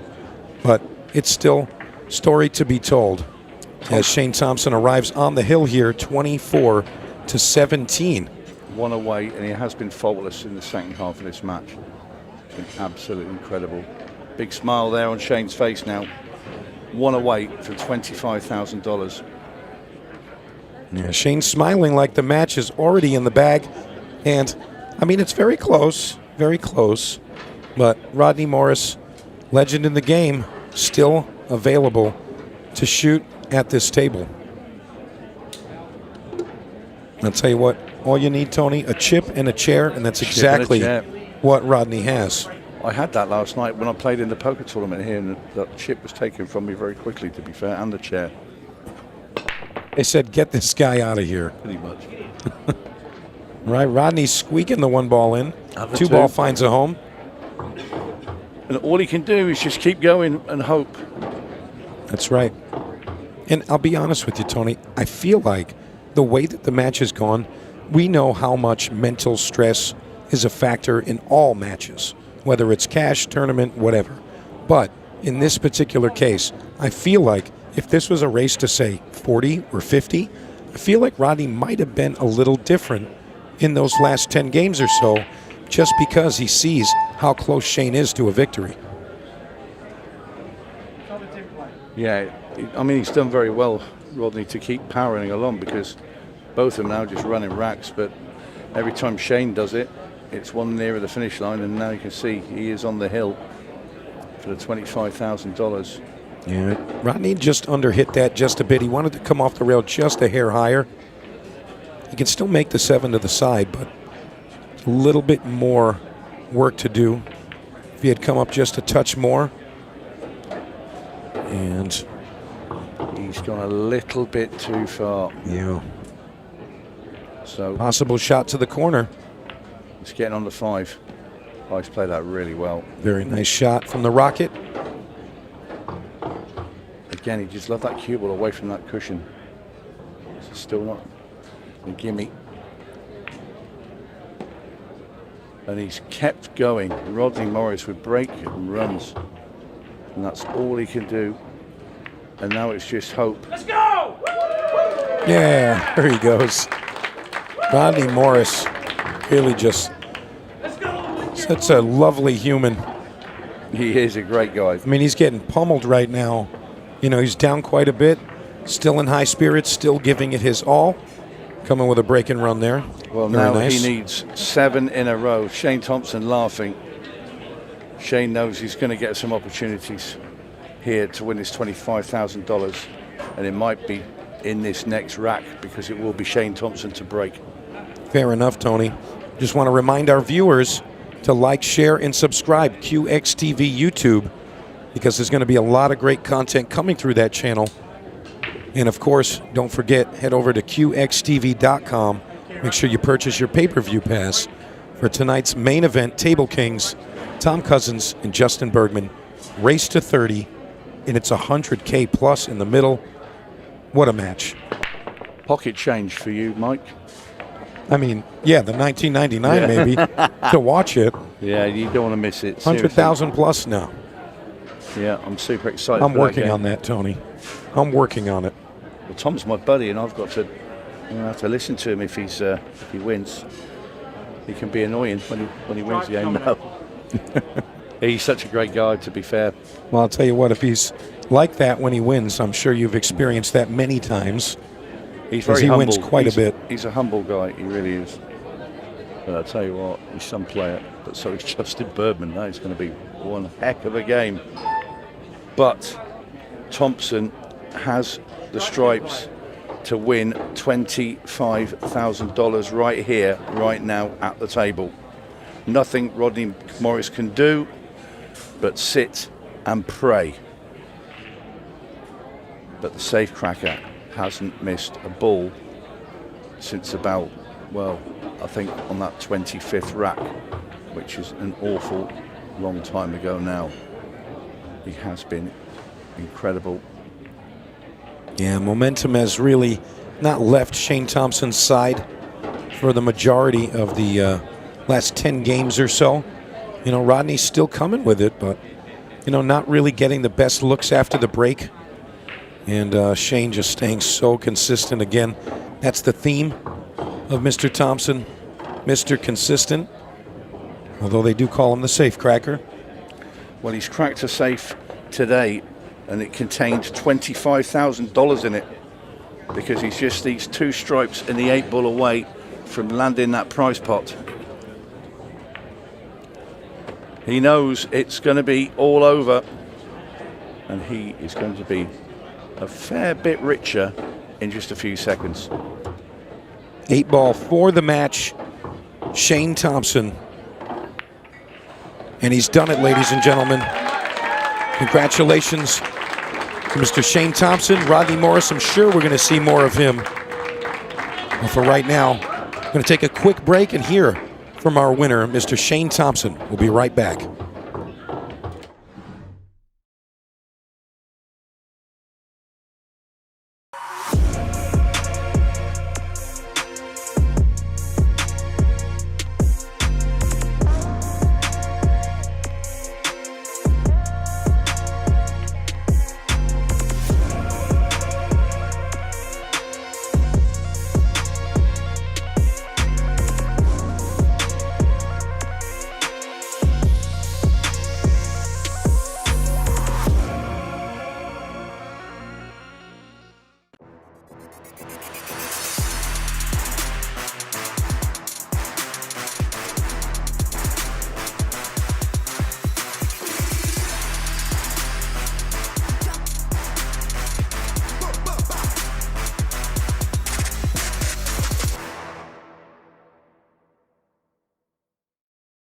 Hey, we're back.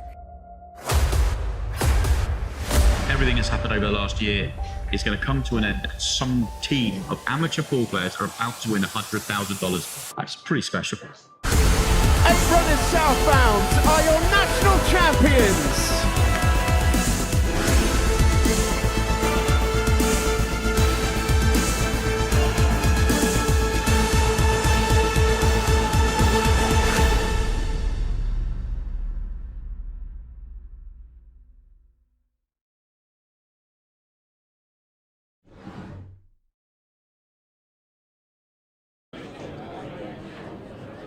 All right, what a match we just had there. Shane Thompson and Rodney Morris. Let's hear it one more time for these 2 great players.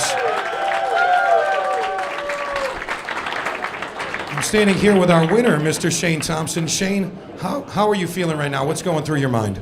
Yeah, obviously it's great to win a game, especially against someone as good as Rodney. So yeah, over to me.